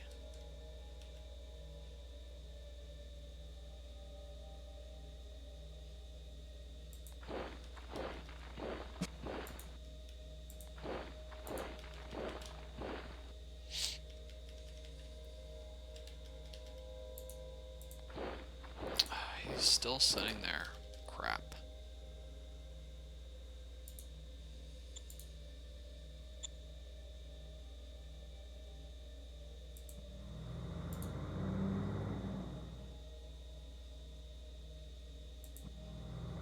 There he is. Okay.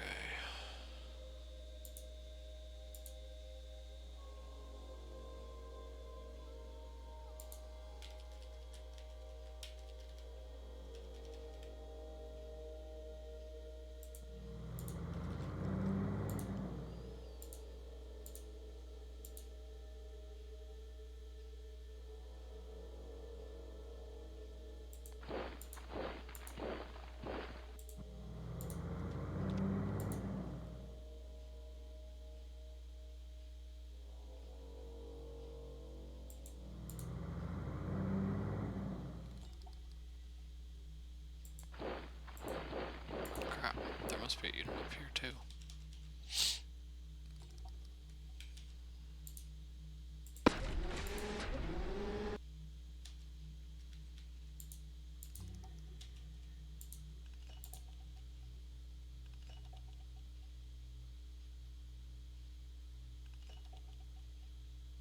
I think this unit starved, actually. That's bad. I thought I was gonna... I must have forgot to move that unit back.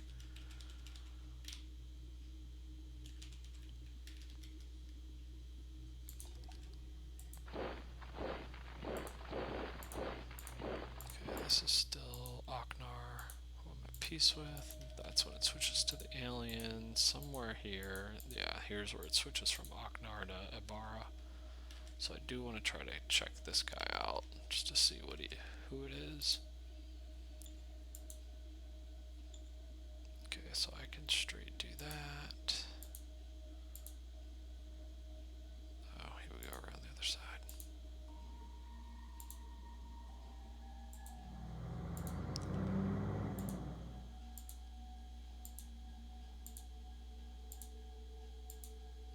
Someone has to be able to enter that mountain tile.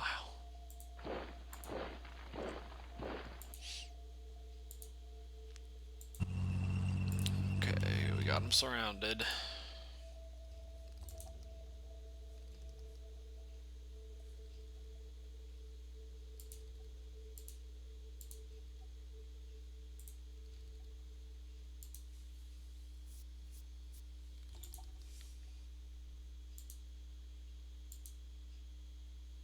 Yeah, I think that should win, actually, the two of these. One doesn't have a lot of action points. Ah, I took one hit. All clear, sir.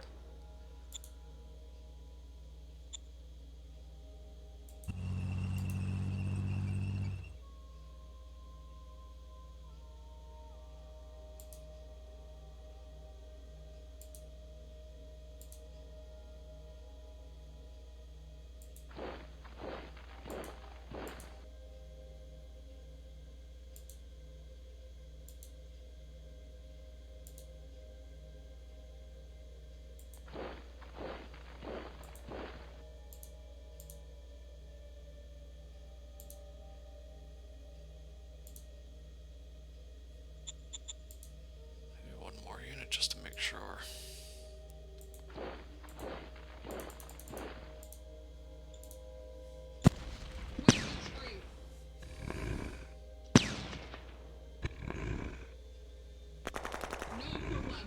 Alright. Still racking up morale, a little bit of experience. And after all that, we got our Derelict Ancient Mech, which gives a military research bonus of 100, which is 10%. That is pretty much the only thing we got out of this alien. He has that, just one unit left now.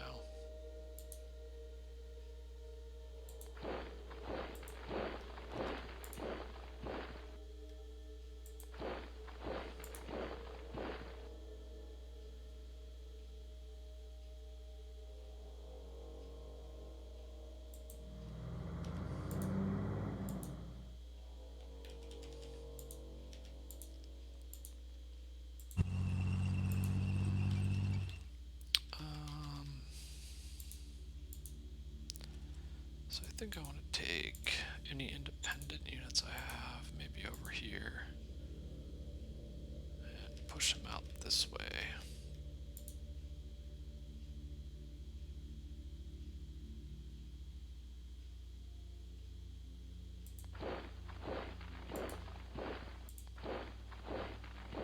Okay, so there's a unit guarding whatever this is.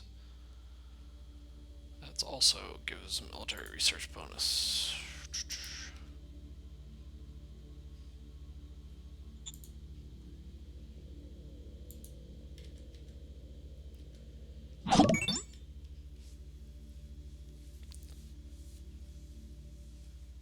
This is not. So this is one of the new type of planets. It's oh man, I think it's called Morgana, off the top of my head, and it's essentially meant to be a desert oasis planet.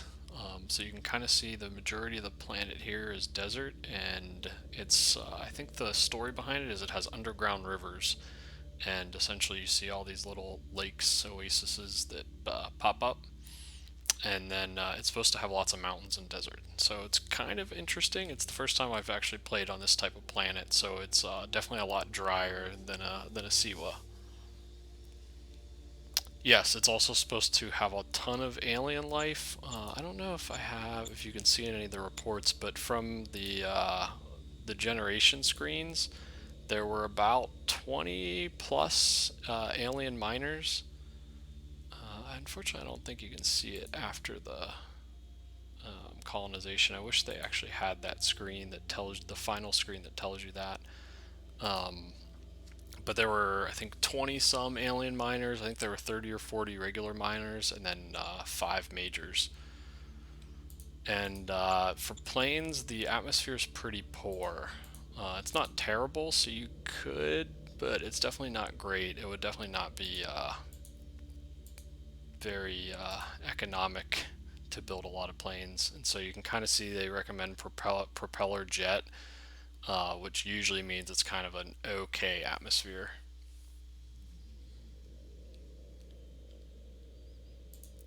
Yeah, and you can kind of see what the atmosphere looks like here under biosphere, so you can kind of see the sentient life forms, but it doesn't tell you how many. You can see the air pressure is 450. I think the gravity is around zero point 0.6, I want to say. 0.45. So usually you want, if your pressure is higher than your gravity, then planes tend to be a little bit, they tend to have more range then. Yeah, the smaller, it's hard because I'm playing a small to medium sized world, mostly because I didn't want to, since I'm streaming, I don't want the game to last forever. Um, and the planet gravity is tied, and air pressure to some degree is tied to the size of the planet. So if you play larger planets, you tend to get more gravity and more air pressure. It's harder on the small planets, and especially if you're playing non-Siwa world. If you play Siwa, you can get better generation. Anything that's more Earth-like tends to get you better air pressure. But yeah, you can kind of see here, like if you look at the geology, I was 11% mountain, which was actually pretty low for this planet type. Most of them are 20 or 30%. I kind of re-rolled it a few times, and then I got about 10%, 11% here, ocean. And you can see the wind speed. Usually you want like up around like 10 for wind speed. That usually will mean you have a better air pressure.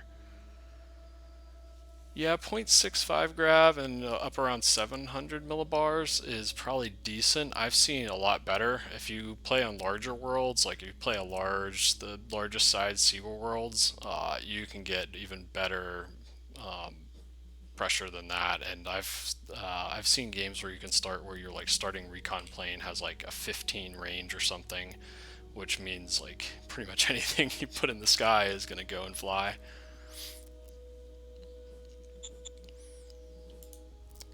Planes are interesting though, so I'll talk a little bit about them maybe after I finish going through this turn. Unfortunately, this game we're probably not going to see any planes. I think I actually deleted my airport out of my city altogether and disbanded the planes because I knew I was never going to build any.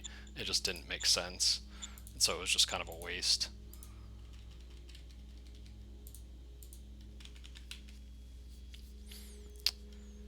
Yeah, air bridges are interesting. The biggest problem with planes is anything that you put bombs on uses ammo like crazy. So if you've played the game a decent amount, artillery use a pretty good amount of ammo, and rockets do as well. But once you start building bombers, it absolutely dwarfs even artillery's ammo usage. So you have to have a ton of IP and metal production to be able to effectively use bombers.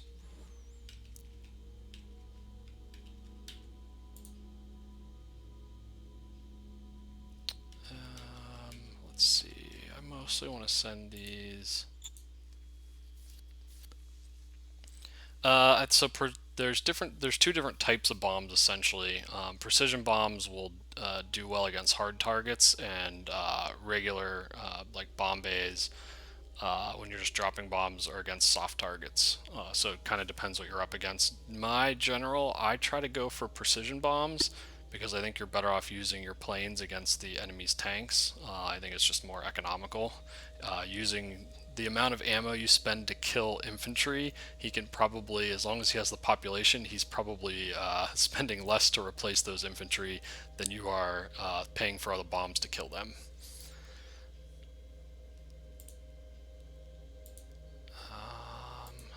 Yeah, I still don't see. I'm probably going to move down towards this one. I don't really care much about non-aligned.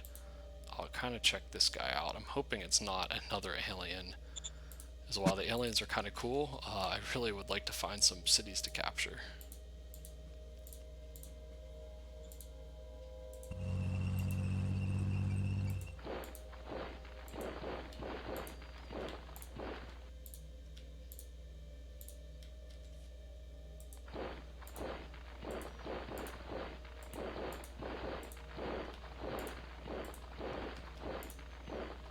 I'll just leave some independence up in that direction.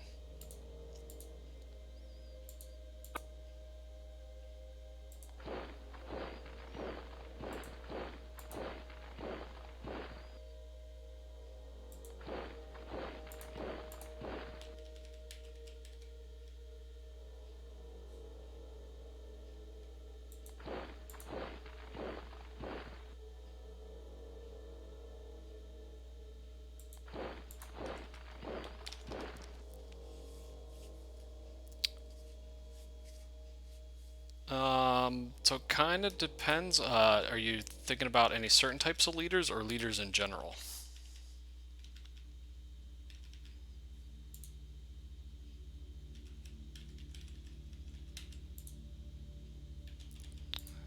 Let's see. Yeah, so research leaders matter the most. The most effective way to make awesome leaders that love you is to focus on certain cards. So democracy in particular gives cabinet retreat, which is probably the best leader card in the game. What it does is it's usually costs around about 10 PP I think to play, 10 to 12 somewhere around there. It makes all of your cabinet members gain an improved relation, usually not a ton, but at least a couple percent, and then they get a chunk of experience, usually around, yeah, it's a 50 to 100. So the best thing to do is put a lot of money into your interior council once you have that, and try to generate as many as you can, and just chain play cabinet retreats as much as possible. If you can get to a point where you're playing like at least a cabinet retreat every turn, or even two every turn, your leaders will eventually, one, they'll all be at like 100% relation with you, and two, they'll all have a monstrous amount of experience and really good ratings. Right now, I can take a quick look at leaders. I haven't played. You can min-max leaders a lot. I kind of, when I'm streaming, don't poke around with them too much because it can be a big time suck. Most of my leaders, relation-wise, are fairly good. Um, a few of them could be a little higher, but all of them are 68 is the lowest, which isn't terrible, especially this early in the game. Um, the unfortunate side is most of them aren't very good, and so I think if I pull up capability levels, which generally give you a feel for how good they are. And just look at my directors. You can kind of see I have kind of a hodgepodge. Like, my model design guy is really, really good. Unfortunately, like, model design's somewhat important. He's good at almost everything, but he was pretty high in technician, and so I threw him there. I'm almost tempted. He's so good, being a Cap 4 with such high improv, he could pretty much learn anything, and he might have even been better to put into one of the either military or economic. Like late game, those are the two. Applied science, yeah, applied science gets more important later game when you're trying to really like max your units out. Early game, I think military and economic council are most important because you mostly want to unlock the techs, both the economic and the military techs.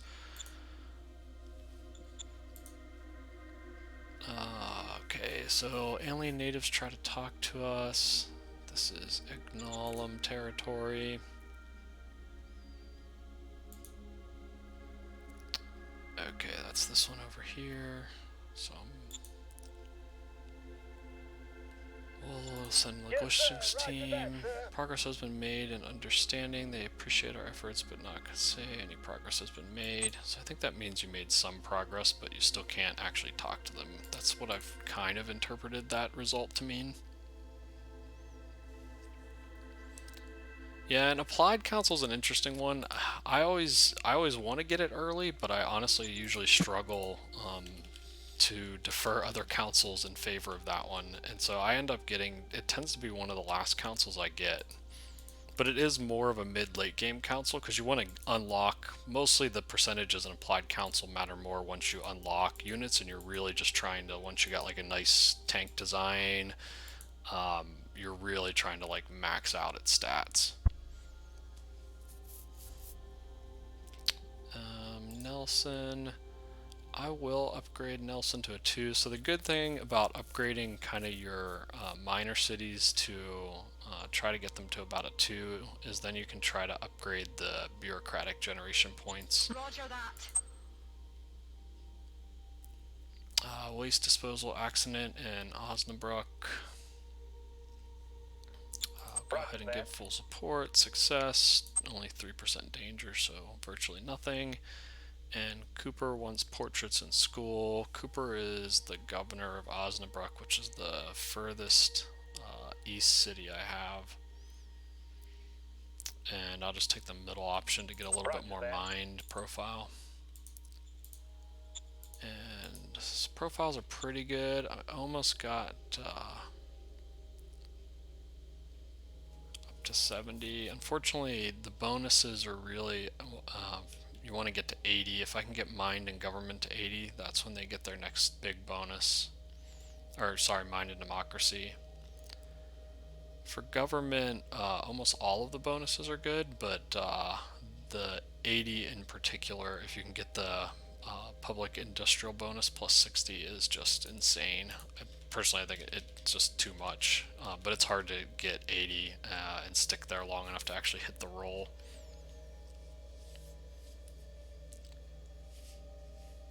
Yeah, so that's the problem I'm having on this planet, actually, is that my population's very low, and so you can kind of see here in my capital, I have what, under 90k, which for a capital territory is pretty low. All the cities I've taken are around like 30 to 40.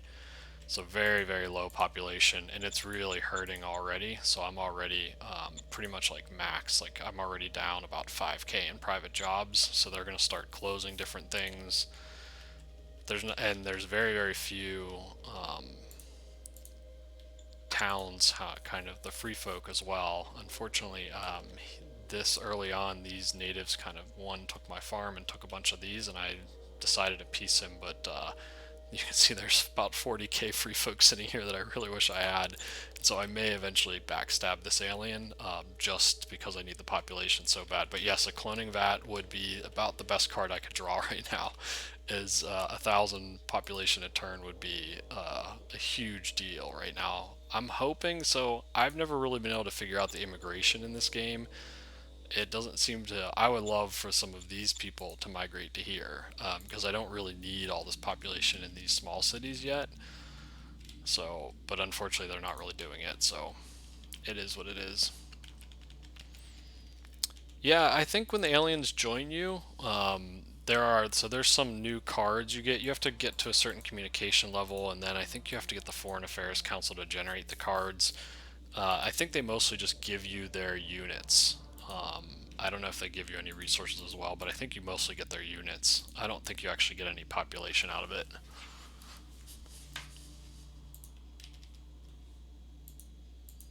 I think I moved all these.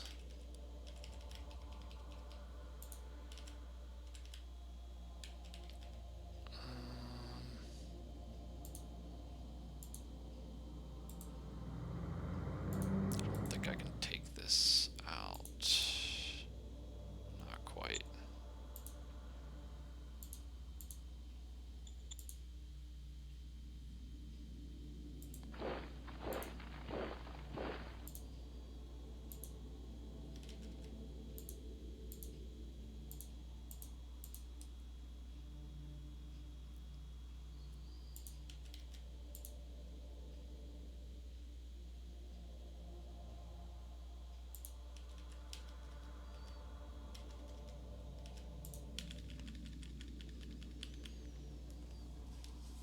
Yeah, so alien strength is something that varies a lot. Yeah, there are cephalopods on this world. It seems to be tied, I think, to their technology level, from what I've understand. So if you go into the regimes tab, you can look at all the ones you found. And so, for example, Adala, I'm pretty sure I think is the one I'm attacking right now. I'm at war with, and you can see like his tech level. So it says impressive weaponry, intelligence. It kind of tells you a couple different things. I don't know exactly. I wish there were some kind of tooltips because half these things I have no idea what they mean. But tech level, I think, is what it's primarily tied to. I've seen a couple other games that I was either watching videos or streams of, or people put screenshots of, that had like monstrous aliens that had like 200 soft attack and defense with 8 attacks per round. Um, so they were like crazy strong. But so it seems to vary a lot. And so I think impressive weaponry, for example, is going to be better than this territory, which just has good quality weapons. And you can kind of, this one's just good quality, and a couple of them I've seen their units, and I think the one I'm fighting so far is actually the one that had the best units that I've actually been able to see. But again, it seems pretty random. I don't know what really ties into, if it's completely random what intelligence they are, if there's any, you know, things about the world that you gen or anything like that.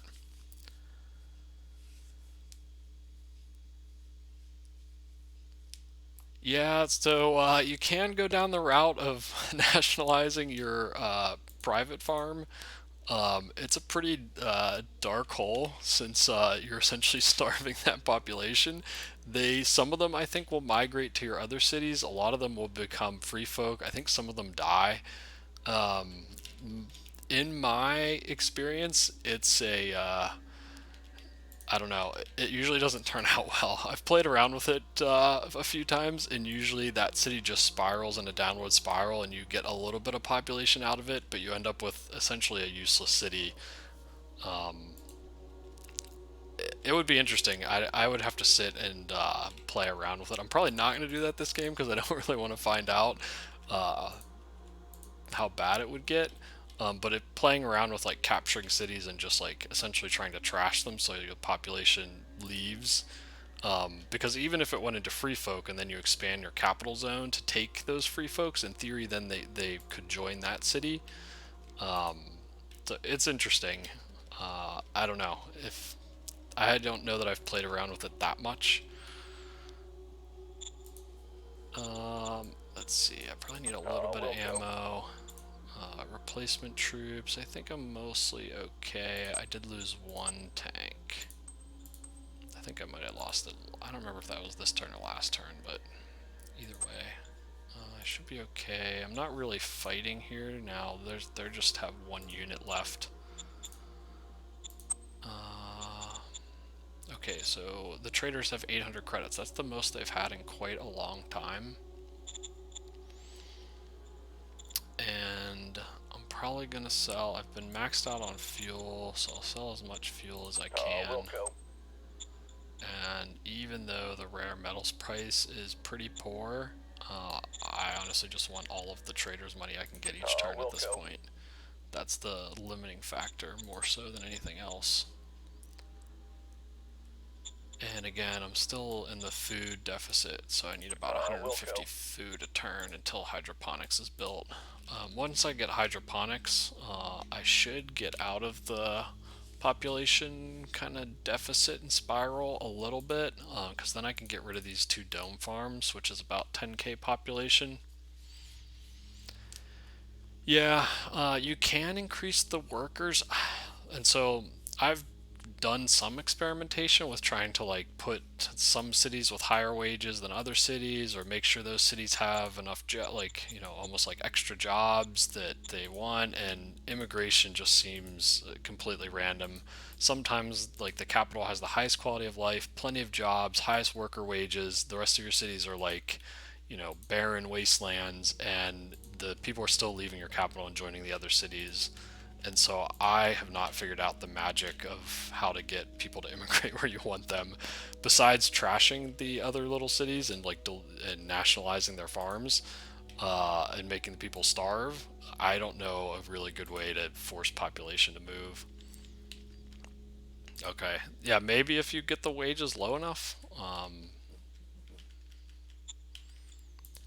It's interesting, and unfortunately, like these cities are such low population. I don't even know if much would move, because they're down, like they're all like at like 30k, which is, you know, for these cities is pretty small. So it would be great. Like I'd love to just take 10k from each of them and put it in my capital. But yeah, I don't know that there's a super easy way to do that. So the only other thing to look at, I think I'm doing okay now. I got this guy under control. The thing I do want to start, I need to start metal filtration. Or no, I need to switch my research to metal filtration, and then, because I discovered it, I haven't researched it yet though. So I don't need water recomp. Standing by. Understood. Understood. So we'll research metal soil filtration, and then military's alright. I'm getting side skirts. I'll do a redesign of my tanks. So I want to avoid building any more tanks probably at this point and wait till I got side skirts on them, is they're not really going to generate enough field testing with only probably like 2 turns to go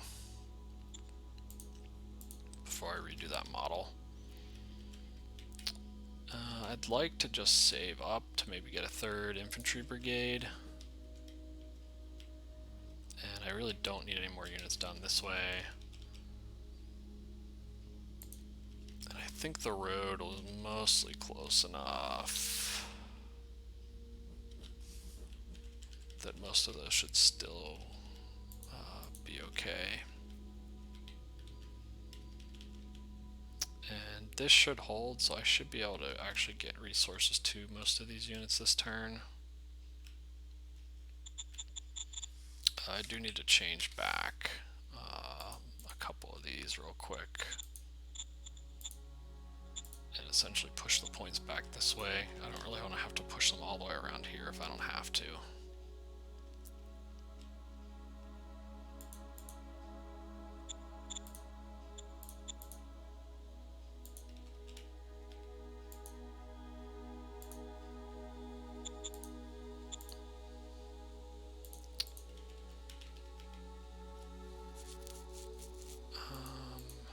Send a little bit more down this way in case I want to build some units here.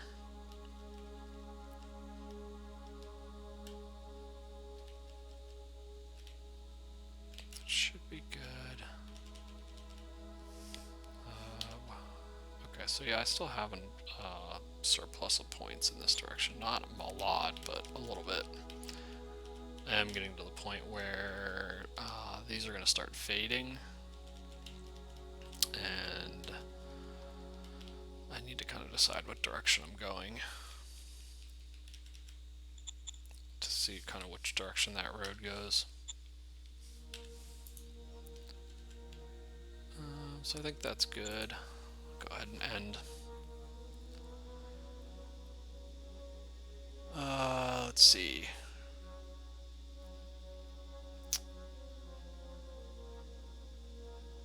Good ways to improve BP generation besides bureaucracy. So from what I've found is the best thing to do is that's probably the best thing to actually build in your non-capital city.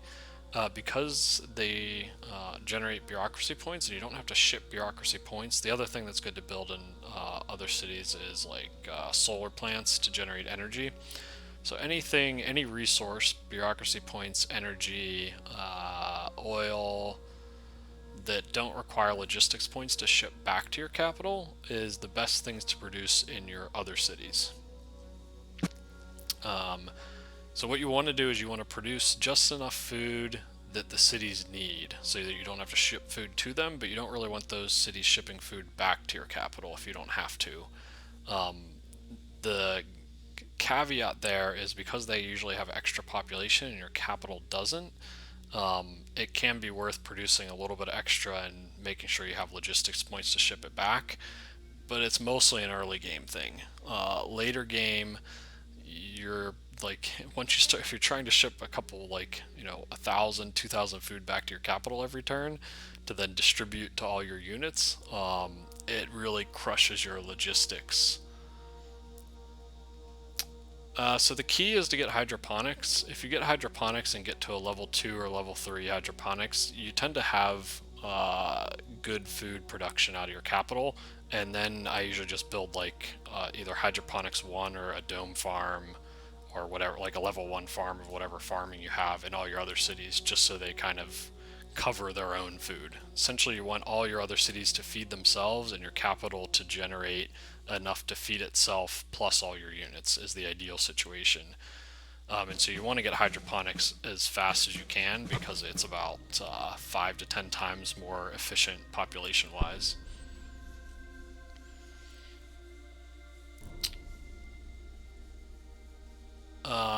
So the traffic manager, I use the traffic signals quite a bit.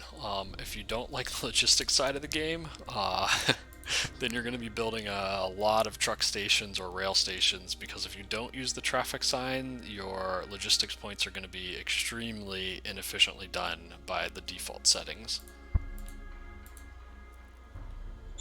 Another interesting side effect of the way that the logistics buildings scale is that truck stations, most people would think, and for most assets, you want to upgrade them to higher levels, and most things get more efficient. Truck stations, that's not exactly true for, and you can kind of see between level 1 and level 2. Level 1 is only 1,000 workers and produces 800 points. Level 2 is 3,400 workers and produces 16. So 2 level 1s are much more efficient than 1 level 2. And so spamming level 1 truck stations is actually, right now, I think the best strategy for logistics. And what you do is then you inject the points into your roads. So it's weird. I think they really need to rebalance. There is a couple threads on the forums about it, but they really need to do some things to rebalance the truck station levels, essentially. Alien natives are entering Hollow Mountain. So from the Eglum territory, sneaking in, grabbing women in the streets, freaking people out. I generally, since I'm going mind, I will take the mind and hopefully not get too much danger. Yes, sir. Roger that, sir. So I got 7 danger, it's not too bad. Minor worker strike. It's pretty low. Again, I think the credits for this event scales primarily based on 1, what percentage of the worker strike, and 2, the size of the city. So you can see 22 credits for 3 democracy. I'll take this event every turn if they give it to me, because that's a great return on investment. So logistics is an interesting. There's a lot of interesting parts to logistics. It requires a pretty good amount of analysis and management and understanding all the options you have. I like most of what's there. I think some of the things just need rebalanced a little bit. I think there are a lot of people that wish the it was automated a little bit more, or that the defaults were a little bit better, because they just don't care that much for that part of the game.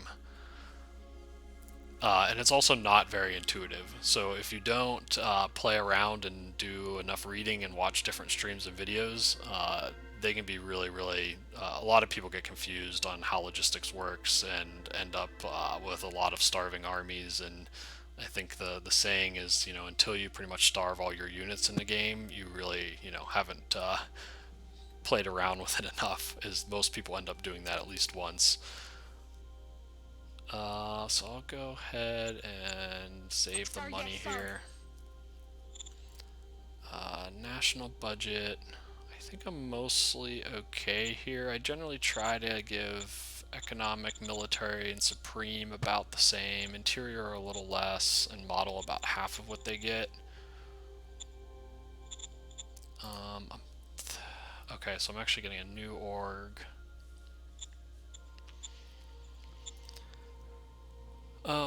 So at this point, I've gotten in my mind all the core councils. So I kind of consider these 5 the core councils. You always start with Supreme. You almost have to get these 4 first. If you start on an easier difficulty, you can skip Interior, but you need Interior to raise your tax rate to ever get some semblance of a balance. And you also need it to generate leader cards, which is maybe the even more important part of it. Otherwise, you're pretty much stuck with like juniors. And then these 3 are just core to doing any kind of research and creating models. At this point, I could go different directions. I am going to probably go Secret Service, because I really need some more spies, and because my Supreme Council leader is terrible at Covert Ops, I really need a different leader to be playing my spy cards. So I'll go with that. And then that should change this. I think into Secret Service, there's really only one thing I need. So I can turn this one down a bit and probably do about 10, 10. Interior is probably fine at about 15. And I'll just push this one down a bit. I tend to put a pretty good amount in economic, because economic needs to do both discovery research, and then I want to put a little bit into trying to find new mines, which hasn't really gone very well, but that's pretty good. Sir, yes, sir.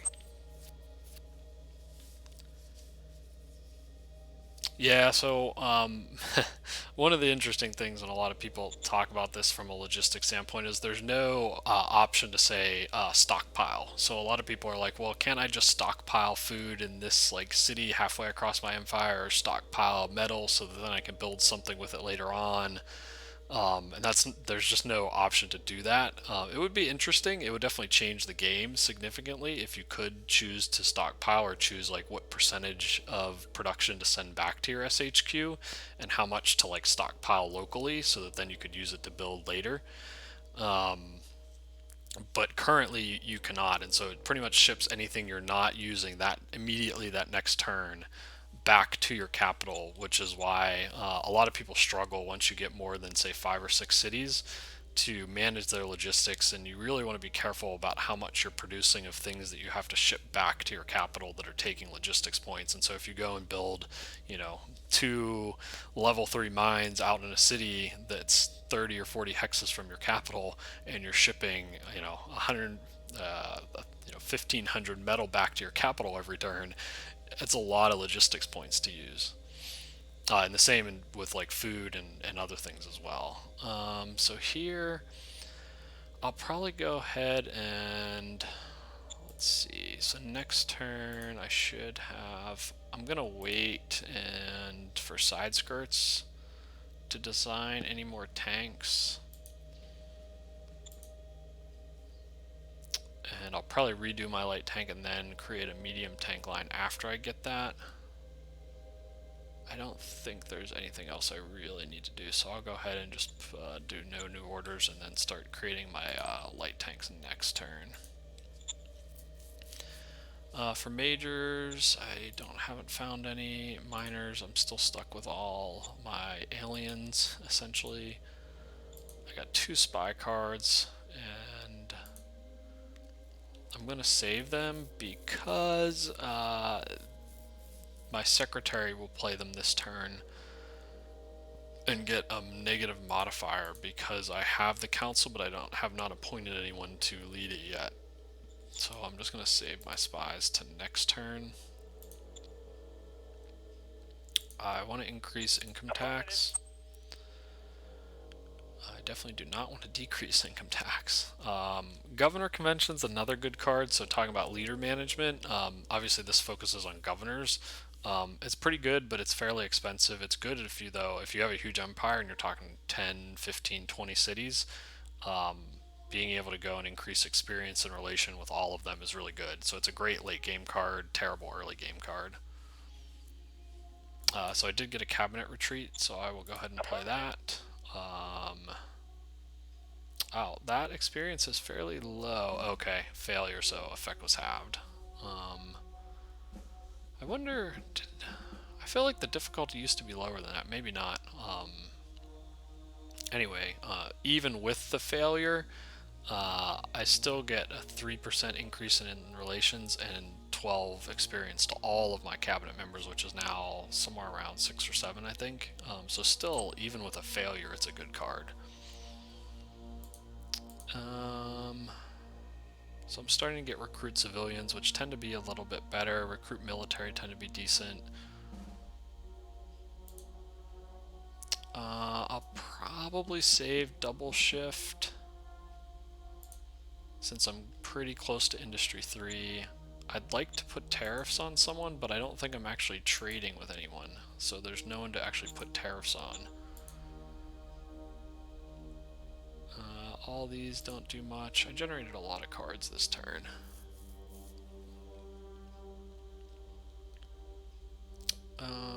Nothing much here either. I'd love to get some better fate cards because I actually could play 2 militias, so I really have 8 points if I need it. I'll go ahead and scrap a bunch of cards because I have way too many. I'll keep the spies. I don't need decrease income tax. I really am not going to play Governor Convention at this point. I'm going to get rid of the junior cards. I'm not going to pay 20 for a Militant Scavenger 2. Not really even sure. I don't need the Mercs. These 2 cards are good. Those will be my main leader cards. And these cards are good as well. I'm saving double shift for now, but I'll definitely play that. The tariffs I'm just going to get rid of for now. They'll probably just regenerate anyway. Volunteer drives, way overpriced. I don't have money to give to militia. The free folk is a maybe. I think you need a lot of free folk in your city already, or in the zone. And so the problem is I don't have any free folk to attract. So I don't think that'll actually do anything. I don't tend to play bonus. I don't really have the cash. The higher level retirement cards are too expensive to play early, so I only keep like the 0 and maybe the bronze.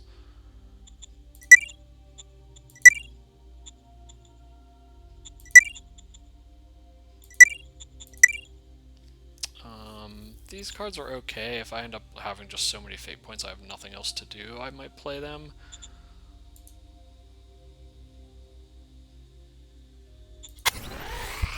So, a junior commercial improviser has been convinced to join us. So, not really helpful. I don't need the commerce, and I really don't want junior leaders.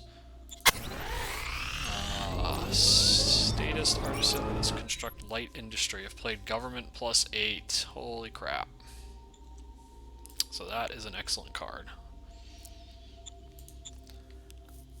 I don't have, unfortunately because I created the council, I don't really have any PP left this turn. So I will have to wait and play that next turn. I wish I had the card that gave me 50 PP for a fate point, but I do not. Okay. Yeah, the zoo card is good. I've gotten a bunch of those.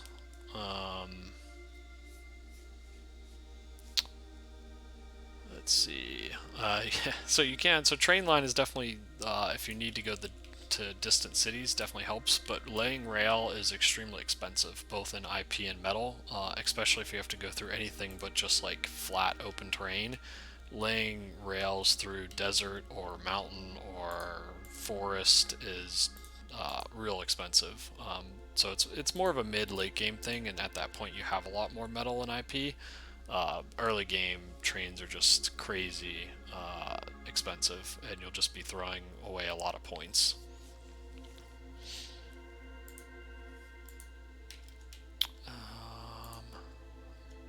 Okay. For some reason, did I lose my vision on his territory for some reason? It's kind of weird. Yeah, so for some reason his zone like disappeared essentially. I don't know why, but you can see it's actually his zone is none. And so for some reason I lost all. So I had 4 spies here, and what appears to have happened is they, because that zone essentially must have reworked itself. And this happens sometimes in the game. I actually don't know why or exactly what triggers it, but zones will sometimes like rebalance. I'm guessing it because the aliens, like the zone had gotten so small or something. But you can see that it actually reassigned the 4 spies that I had in the alien zone back to Hollow Mountain, which is my own zone, and the spies are all just lost. Events can affect spies. I don't know if alien zones, but generally minor zones leave your spies alone, and they almost just stay there forever. So it's interesting. I think it was because his zone had gotten so small, something kind of triggered it to like reform. Because essentially he had a zone that was named Idala or something last term, and now he's in like the Nun zone, which is really kind of bizarre. But you can see like this one, like Encore territory. Usually the zone is named whatever the territory's name is, and this one now is named Nun.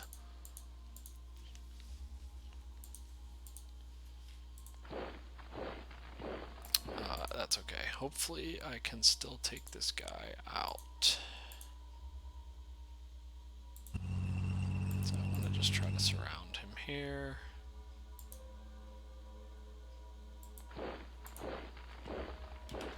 Not sure if I'll have enough to attack it, but we'll see. We'll try. I think those are the only units, unless any of these tanks can get over here.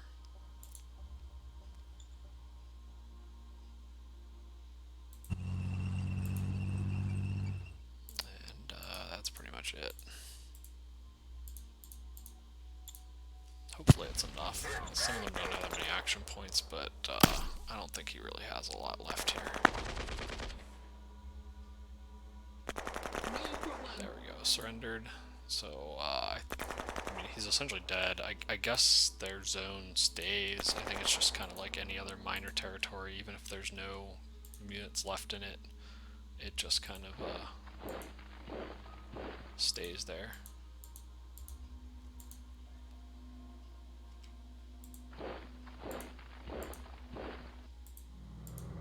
So I'm pushing into this one. This is the guy I want to try to figure out who this is.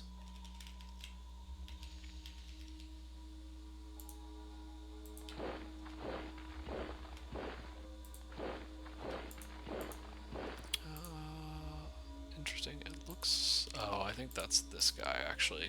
I think he's back behind this.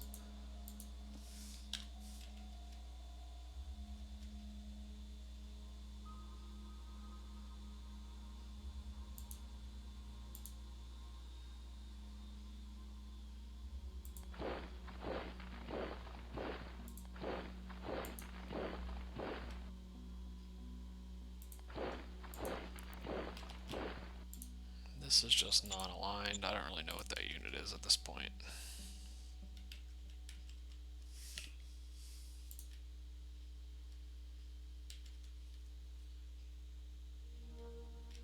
Yeah, so there's some mountain ranges here. This is just whatever's left of the alien's territory. He just has a tiny bit here, and then I think it all either goes to this miner, which I haven't really seen yet, or it goes over to the non-aligned.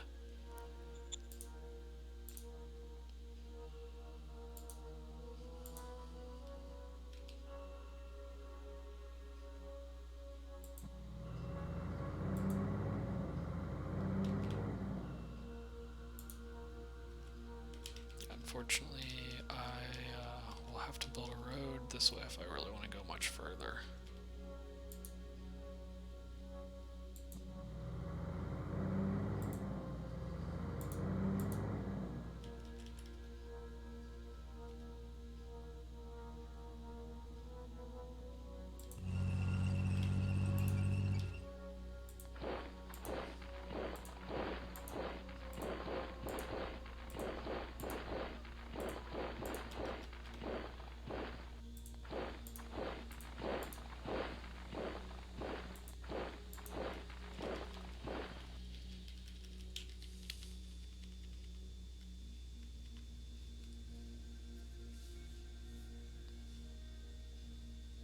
Yeah, definitely. I'm trying to stream maybe a couple times a week. I tend to stream in this time zone. Unfortunately, I don't think this is that popular of a time to stream and watch streamers because it's kind of super either late night or early morning European time and kind of later getting to be late night in the US. So we'll see. It's a good time for me, but unfortunately I don't know that it works for a lot of others. Let's see. I should be able to just surround and kill this guy.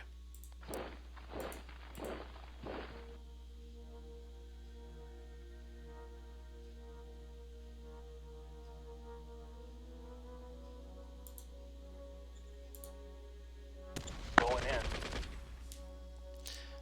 Yeah, it's 1 a.m. here as well. And so this is I usually call it about now.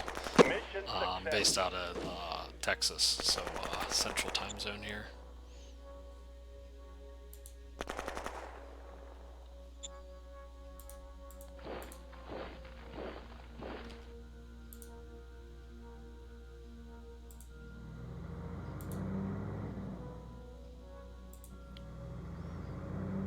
Louisiana, yep.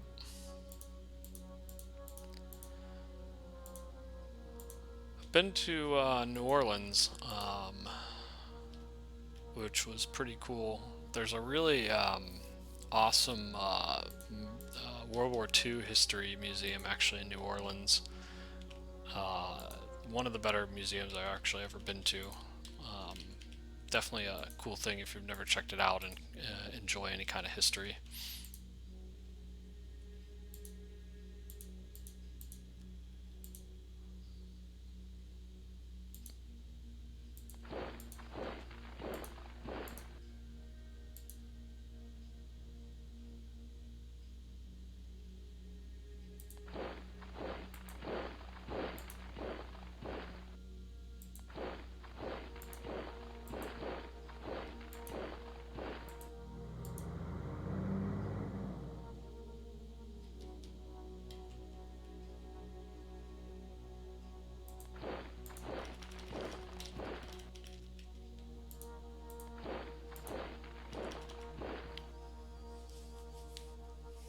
Yeah, I can't remember what it's called. That was several years ago that I was there, but yeah, it was honestly one of the best museums I've ever been to. I think it's like the national. I think it's like for the U.S. I think it's considered like the National World War II Museum or something like that.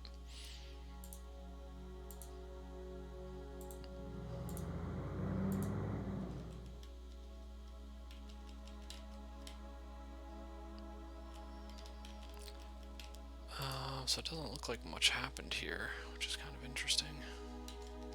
I figured he would be pushing, because he declared war.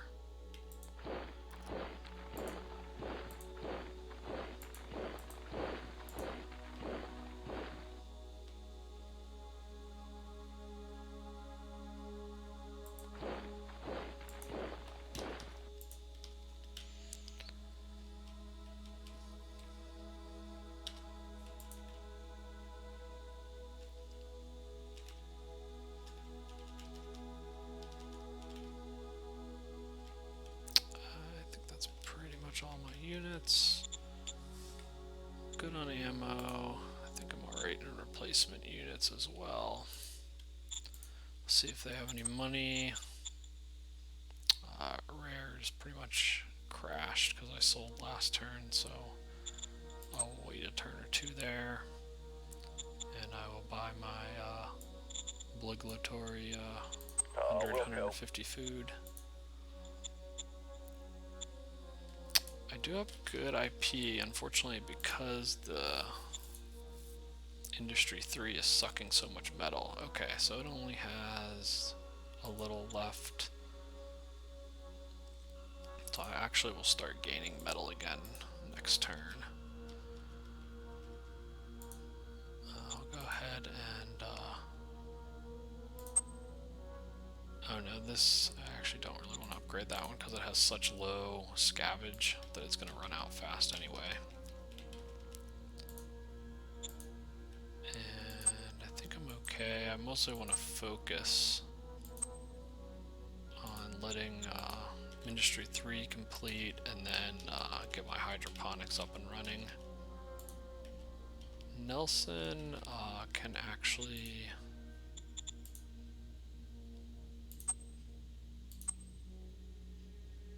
build Bureaucratic 2. Roger that.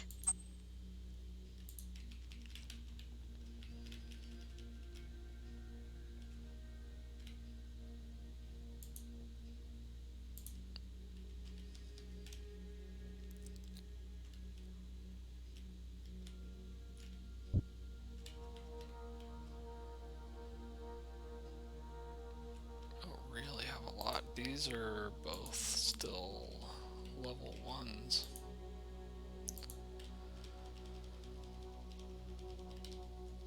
I still really need metal deposits. Really until I get metal desolation going. Yeah, New Orleans is usually more about partying and Bourbon Street than anything else. And that's honestly, I went and was there for about a week, and a good portion of the time was doing that. But tried to do some things during the day to actually check out some of the museums and history of the city.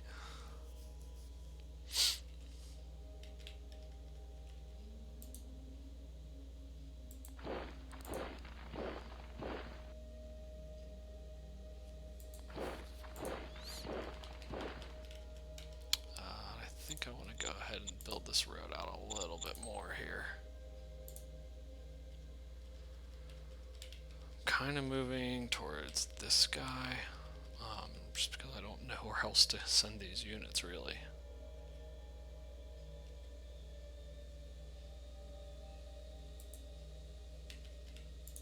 So we'll keep moving in that direction for now.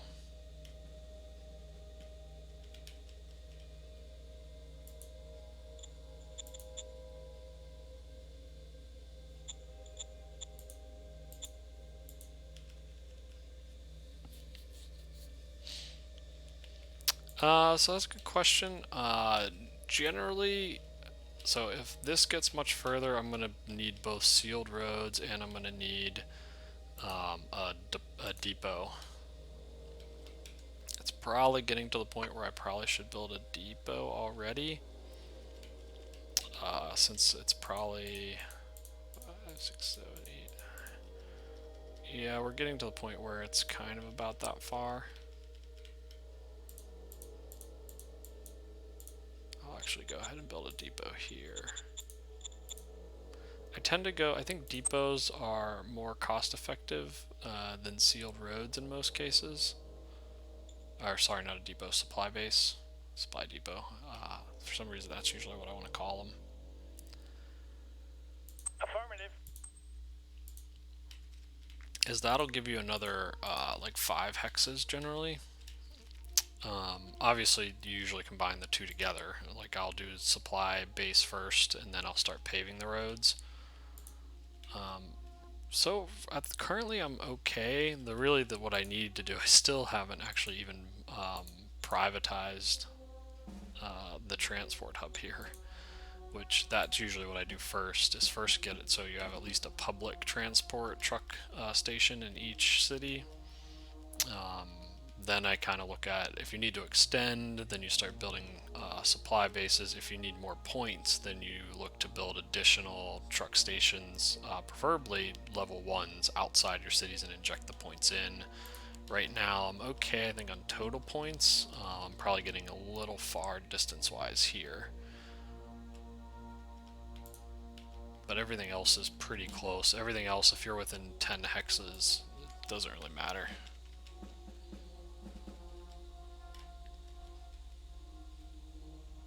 I think I'll do a quick preview and make sure, yeah, so I switched everything back here.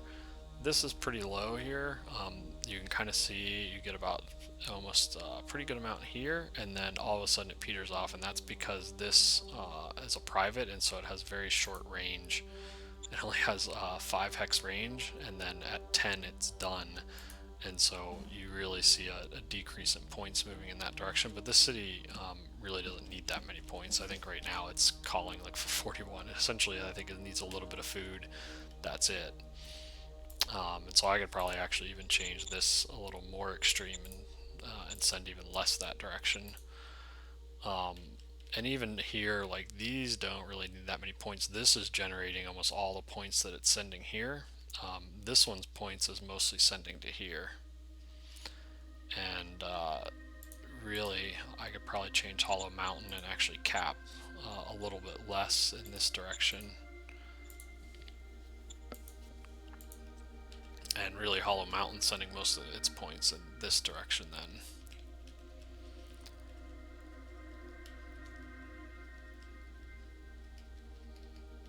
And so I still have plenty of points. You can kind of see up to about here I have about 600, and then all of a sudden it starts decreasing pretty quickly, and that's because that's about the 10, this is around 10 hexes. And so this supply base will give me another 5 hexes or so before I have to, and then if I pave the whole road, that would give me another, I think paved roads it goes from like 10 to 7, so it gives you another like 4 hexes if you're past the range of 10 or so.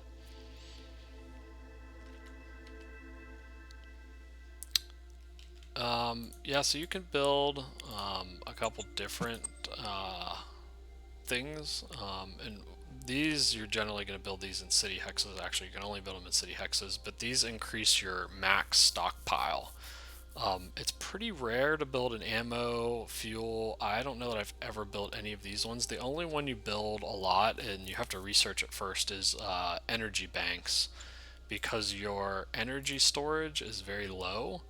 Everything else is fairly high, and so especially once you get lasers, you need more energy storage. And so usually you'll actually go around, and most of your cities will build energy banks so that you can have like upwards of 5 to 10k energy storage. Yeah, the logistics, there's a really good article on the forum by a user called dturtle. If you poke around the forum or ask the Discord chat, if you're not on the Discord chat, it's really good. That's the first thing I would do. It's a fairly long article, but it has a lot of really good information. Other than that, just playing around with it. I use traffic stops extensively, and the only tip that I'll give is you almost always want to uncheck the pool points, so that if you're going to block stuff or give percentages in a different direction, it'll always let the pool points pull stuff through still. And otherwise, if you don't do that, you end up having to fiddle with it a lot. And so an example is, you can kind of see in Hollow Mountain, I'm blocking, it says all to the north, but because I've unchecked pool points, it still lets the 100 go up through here to make sure you get the oil, the logistics it needs. And so the biggest thing to do is just block off, like you can kind of see I block off all these little branches. Blocking those off, usually either like full block or like 90 or 95%, makes it so most of the points actually go down the main arteries. And so you can kind of see I'm like blocking this branch off, this branch off. Like I want all the points to flow towards my units and like flow between my cities, not towards these little tiny branches that can suck up a ton of points. But that's kind of like the 1 minute of optimizing your logistics. It's a lot more in depth than that once you kind of dig into it. Okay, I think I'll go ahead and leave it there for tonight. Thanks everyone for joining. If you're watching this on YouTube, I upload the series to YouTube as well, and feel free to leave comments, questions, feedback. But thanks for joining, and yeah, signing off.